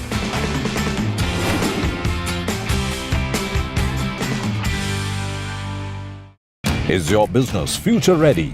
Join the 13-week strategic ESG certification program for business sustainability and growth for CXO and business leaders by NDTV, Terry and Zenora. Master global ESG frameworks, gain real-world tools and lead with impact. Starts July 13th. Enroll now and power your business with sustainability.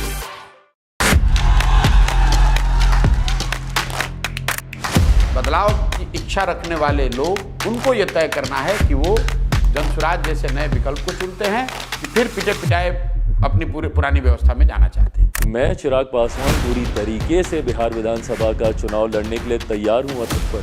Tejashwi ji मुख्यमंत्री बने हैं, हमारी पूरी support है उनको। हम king maker की भूमिका में रहना चाहते हैं। ये लोग घर से बाहर नहीं निकल पाते थे। प्रधानमंत्री जी को बताना चाहिए कि इनका जो बिहार में जो सरकार है 50% जो नीतीश जी की मंत्रिमंडल में जो लोग बैठे हैं वो परिवारवादी लोग हैं। वो अपने आप को भी परिवारवादी बोले।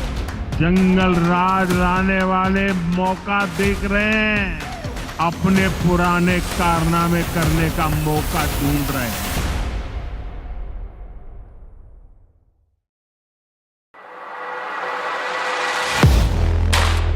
Do you really know the company you invest in? What is the real picture behind presentations and claims? Is the outlook as rosy as the company claims? Know Your Company, powered by NDTV Profit Research, shines a light on the biggest stock market movers.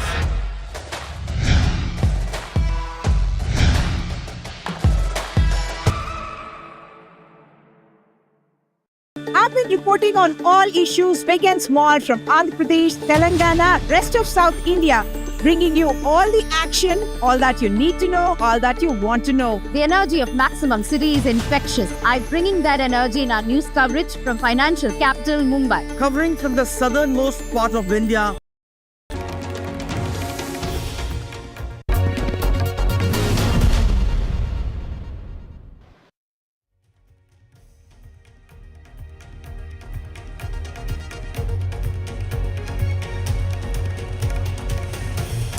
Nearly 2 months after Operation Sindoor, there is a great deal of clarity as to what India achieved in targeting and attacking and inflicting damage on Pakistani airfields, military establishments and terror infrastructure. Well, we in the media continue to put the spotlight on the findings that continue to emerge from one of the most important military missions that India has ever conducted in the modern era. But for scholars and students of warfare studies, this is a never-ending story. And that's why Vishnu and I today are very pleased to have with us John Spencer. He's chair of the Urban Warfare Studies desk at the Modern War Institute, who is in India now to actually research Operation Sindoor for himself. And he's been doing the rounds here in India, speaking to think tanks, speaking to people who've been involved as well. John, welcome to India for starters. First of all, welcome to India, of course. Thank you. But why are you here? Operation Sindoor was 2 months ago. We do know there are many questions, but what specifically are you looking at here? It's hard to say. I'm looking for the lessons that India learned. I'm looking for the lessons that Pakistan learned, or we hope that they learned. I study war for a living all around the world, and I think the world quickly moved past this one, although there were many things that were basically game changers. When an entire nation as big as India changes their strategic doctrine, that's important. But the dominance of the weapons, really every aspect of it. India believes that there is a threshold for warfare under nuclear warfare. There are those who suggest that pushing that threshold or sticking to this model comes with a huge set of dangers given how unpredictable Pakistan is. What is your opinion on the threshold India believes warfare can be conducted in against Pakistan? Yeah, I think that we have lived in an era where it's almost taboo to even think about. And again, why this operation was so important is that, of course, they're threatening nuclear, rattling the nuclear saber, as we say, that Pakistan does and other countries as well do, is very reckless. And nobody wants to see that. But the idea that is a carte blanche to do things like proxy terror warfare that we've seen countries do is also reckless. So I think that was another important point of this operation when I saw Prime Minister Modi make that not ambiguous, but very clear, like no longer with the nuclear blackmail. We will keep operations limited. And there's actually been an evolution of what nuclear weapons are designed for state survival. Although after World War II, you saw like tactical or nuclear weapons when people thought they would be involved in war. Now it's evolved. That theory has evolved to where they should only be used for survival aspects and not to carry out your things where you want to break the rules just because you have nuclear weapons. This was a bit of strategic clarity and really leadership in this era of, look, we know both sides have nuclear weapons. There are the fear mongers that believe that means nobody can act just because of that umbrella. And I think India showed a lot of independence here and leadership to say no. In your first few days here, John, and you are still doing the rounds and speaking to people, what have been your big learnings? One of the things is, war is, most people focus on the two militaries, and I do that, of course, all the technologies, but wars, nations go to war, and it involves not just the militaries, but their political leadership and their society. So really hearing from Indian scholars about what do they believe the lessons were, but also the political element of this is almost not a distraction, but India has such great goals in development. And even what was going on in Kashmir with the development and the 22 million tourists over the last year and how beautiful it is, that's been an interesting kind of strategic environment to the terrorist attack. That was interesting because there's always what we say an underlying reason for a war, then there's a triggering moment. Of course, the terrorist attack was the triggering moment of Operation Sindoor, but there's always something else. So learning about that has been interesting in context to understand. You know, one of the problems we have in India is that on the one hand, we have a great strategic relationship with America. We've got our foreign minister in America right now. But then you had the US CENTCOM chief a couple of days back saying that, look, we need to work with Pakistan because Pakistan helps America in the fight against terror, against ISIS-K. We have a problem in India sort of accepting that because we see Pakistan as being the world's sort of state sponsor of terrorism. Osama bin Laden was over there. So many who attacked America as well. Therefore, how should India look at statements from one of your finest generals? As you know, I try to stay out of political discussions. But was it a political point that he was making? No, it was the relationships are long. And that history of the global war on terrorism, but even you go back to the American involvement in defeating the Soviet Union in Afghanistan, involved Pakistan and the Mujahideen. There's a long history. There are agreements. There are very complex. And I think what we were talking about once on TV is that geopolitics is complex. And each nation, which is actually part of this operation, was strategic independence. In saying, okay, we're not going to do the Indus Treaty if you're not going to be friends, and things like that. The general's comments are more informed than mine, of course. I understand there are many ties, not just the counterterrorism tie, but there are other regional aspects of plans for worst case scenarios, all that is part of that. But that military to military relations is sometimes below the political as well. But we live in a new world. Yeah. So I think those relationships, all relationships are changing, and I think what we're all seeing, and I think India is a big part of that, is a turn towards this double game of terrorism, not just with Pakistan, with Iran and other countries. This administration clearly is different than the past. Yeah, John, I want to zoom back into the Operation Sindoor itself because you're a warfare studies specialist. The last time shots were fired between India and Pakistan was not very long ago. It was in 2019, and we saw a skirmish at that time. 2025, this happened. It was a much more serious escalatory sort of exchange between the two countries. What is your assessment of the actual fighting that took place? The damage that India inflicted was very, very clear. It was also very clear that Pakistan didn't really manage to hit anything, if not anything, at least not the stuff that they said that they did. What is your assessment of the damage and the way India fought? Yeah. It's a great question, as even in the West, the stories seem to catch on to the wrong stories. Yeah. The story here is Indian dominance of the situation, both in control, what we call escalation dominance, but also in restraint. So demonstration of overwhelming military capability, but then controlling the escalation of that. So the fact that India could hit any target it wanted to in Pakistan, and was very selective, is the story. That overwhelming dominance of Pakistan's airspace, its air defenses, and the Chinese weapon systems, because it is essentially a proxy of the Chinese military. So all that test of those technologies, you never know until war puts everything to the test. So that story is Indian, not just their offensive capability, but the dominance of their defensive capability. And that's a story that's still got to get out, is how did India's layered air defenses stop any drone, any missile from hitting the target it wanted to? That's a huge part of this story.